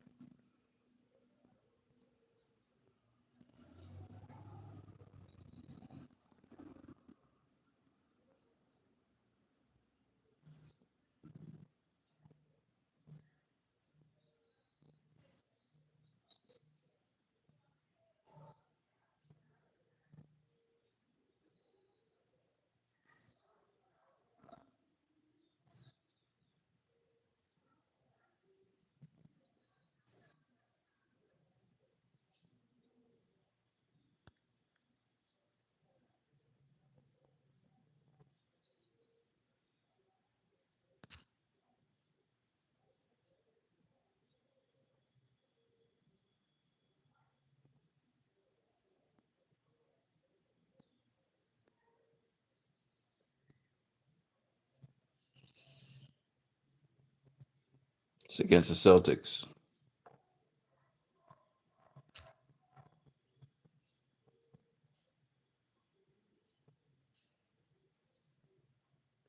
This is actually Scottie Pippen. I think he stepped right inside the line, but he also does the same kind of dunk as Jordan. So you can see, oh shit, he actually did the Jordan dunk. So the dunk that everybody talk about with Michael Jordan,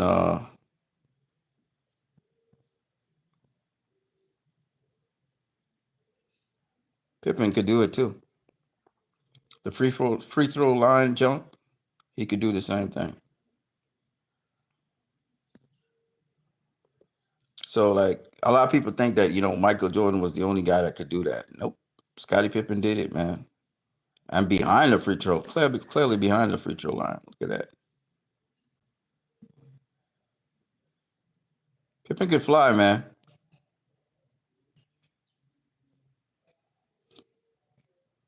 Scottie Pippen could fly. Look at the unbelievable leaping power of Scottie Pippen.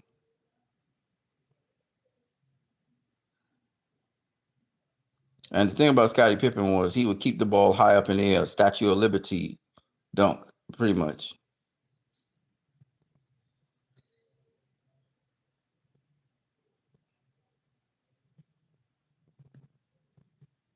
Is Scottie Pippen doing the 2-footed jump?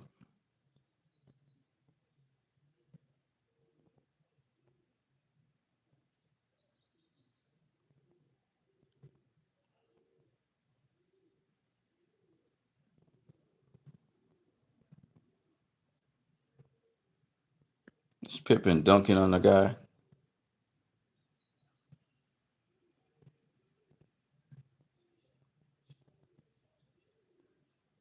Don't get me wrong, Michael Jordan was a bad motherfucker too, by far. But I'm just saying.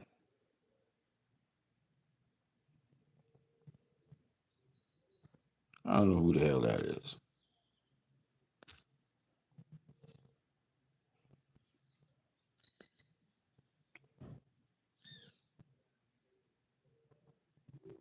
This is Scottie Pippen, Michael Jordan double team.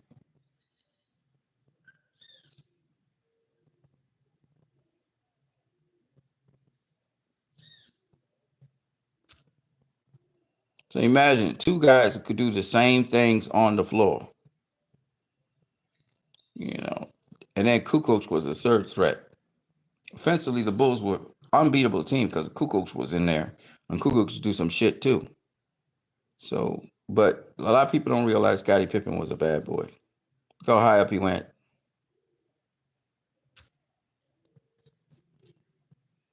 There he is dunking from the free throw line. Scottie Pippen was a bad boy. Period.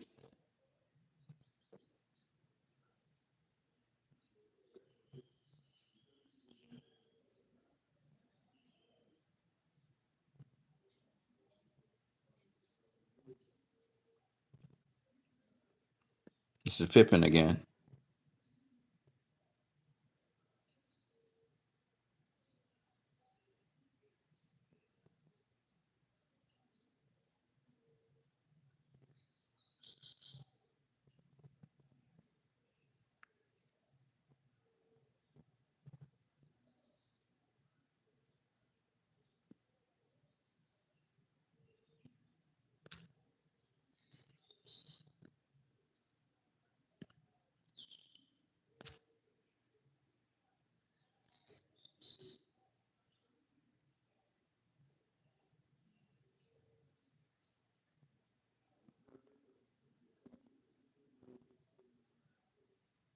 It's Pippen defensively again.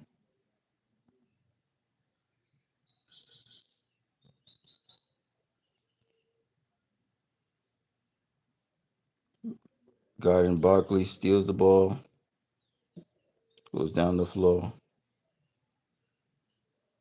It's Pippen full court press. This is stuff that a lot of people don't realize. This is what Pippen brought to the game. This was against the Knicks, I think.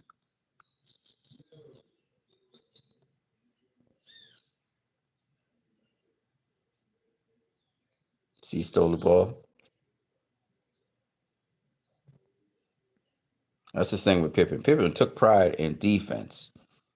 He took pride in defense. You know, don't get me wrong. Jordan was incredible as a player,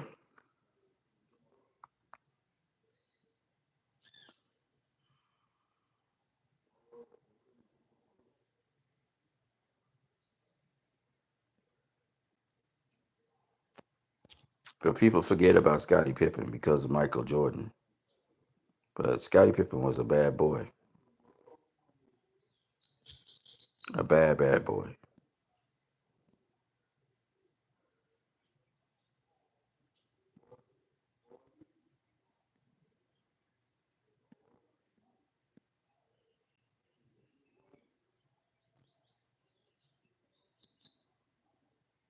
That's Pippen throwing to Jordan right there.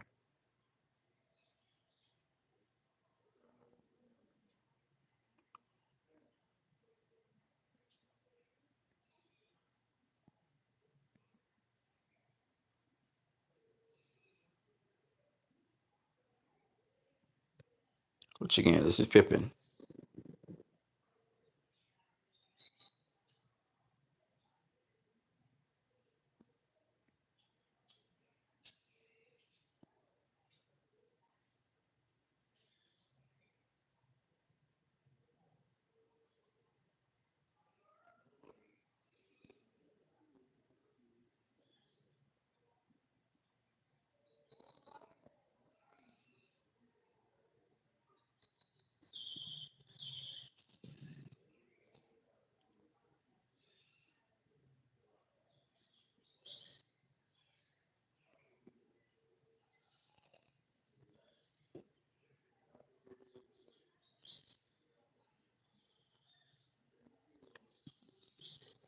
I can't get the I can't get the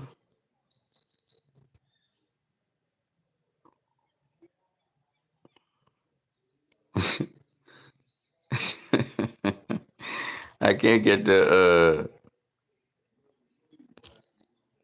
where he walked in the air. He literally walked in the air. It was so sick. If I could find it.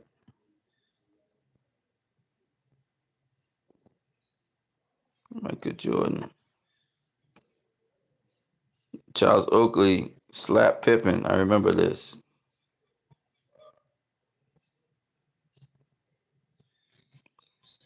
Bullying a young Pippen. That was not cool.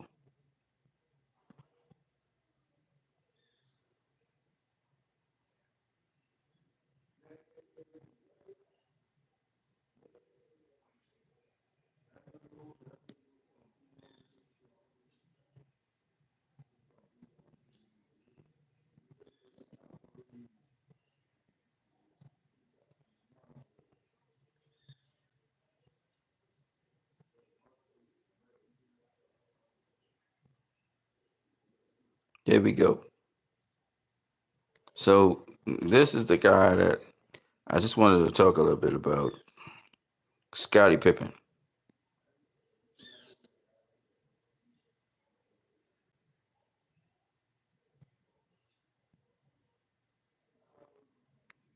This is Scottie Pippen's jumping power. Just to show you guys again how dread Scottie Pippen was.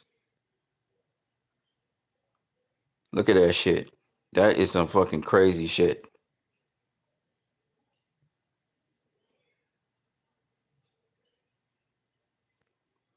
He literally goes over the guy and dunks the ball.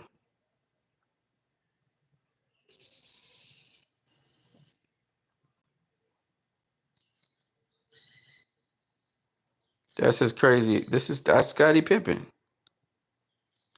Yeah, unbelievable. Look at this crazy shit. Unbelievable hops.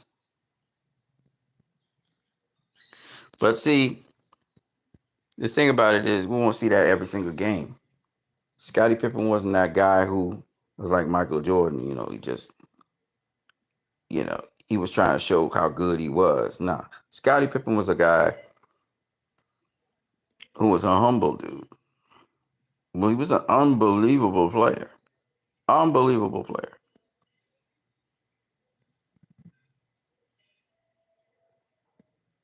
Unbelievable player.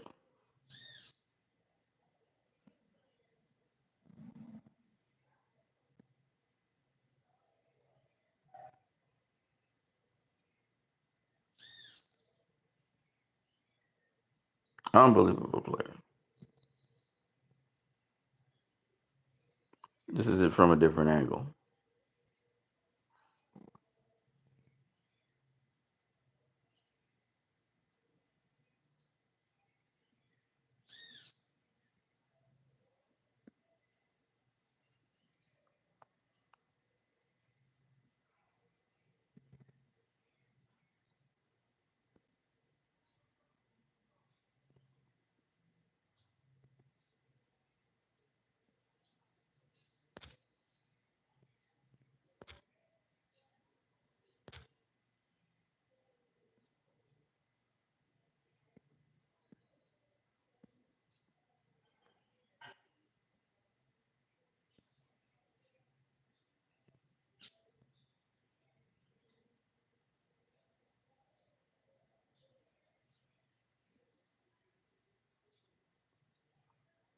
Some more finesse here from Scottie Pippen.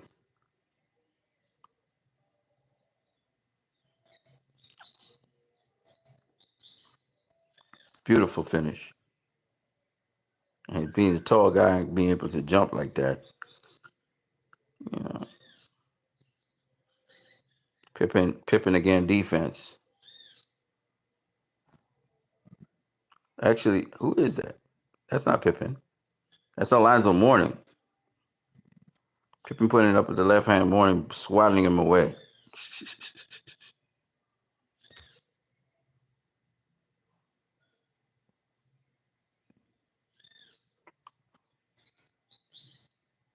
This is another bad motherfucker. And he could dunk with the left hand as well. Horace Grant.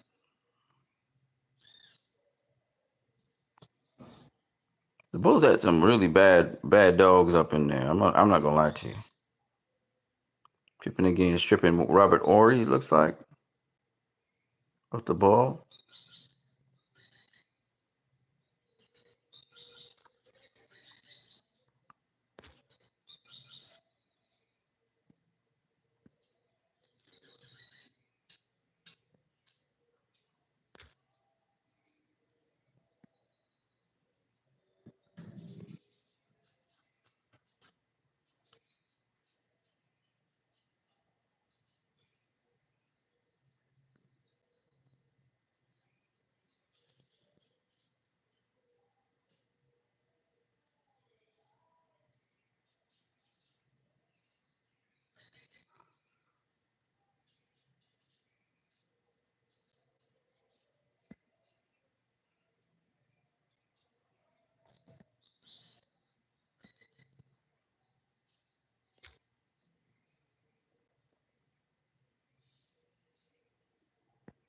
There's Jordan feeding Pippen.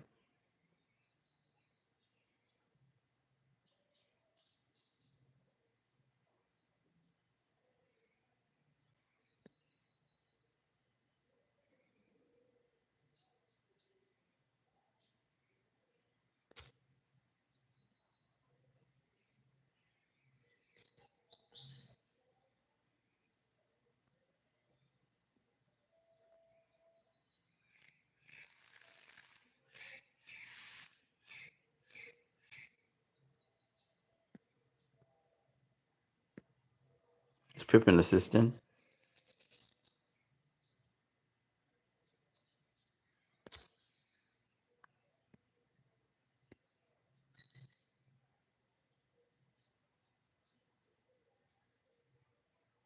It's the Mavericks.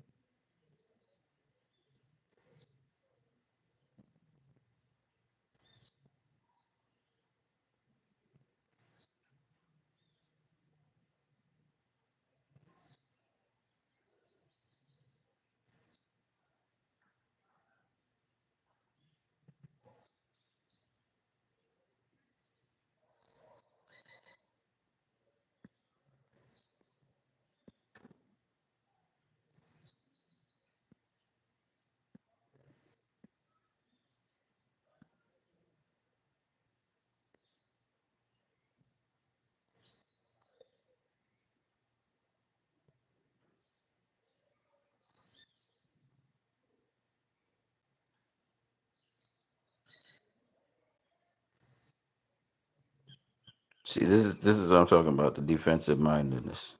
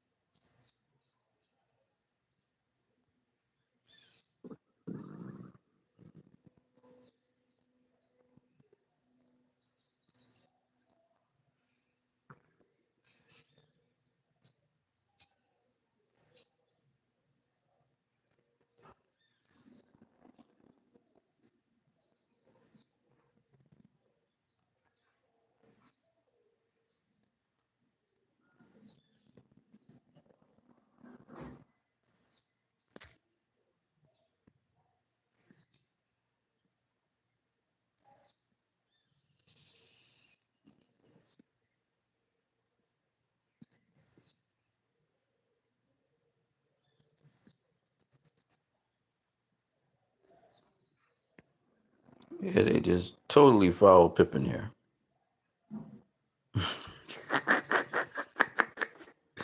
Completely fouled him. I think that was Starks, John Starks.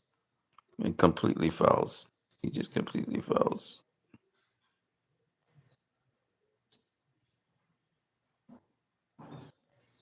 Starks with the left hand. John Starks was a really tremendous basketball player too.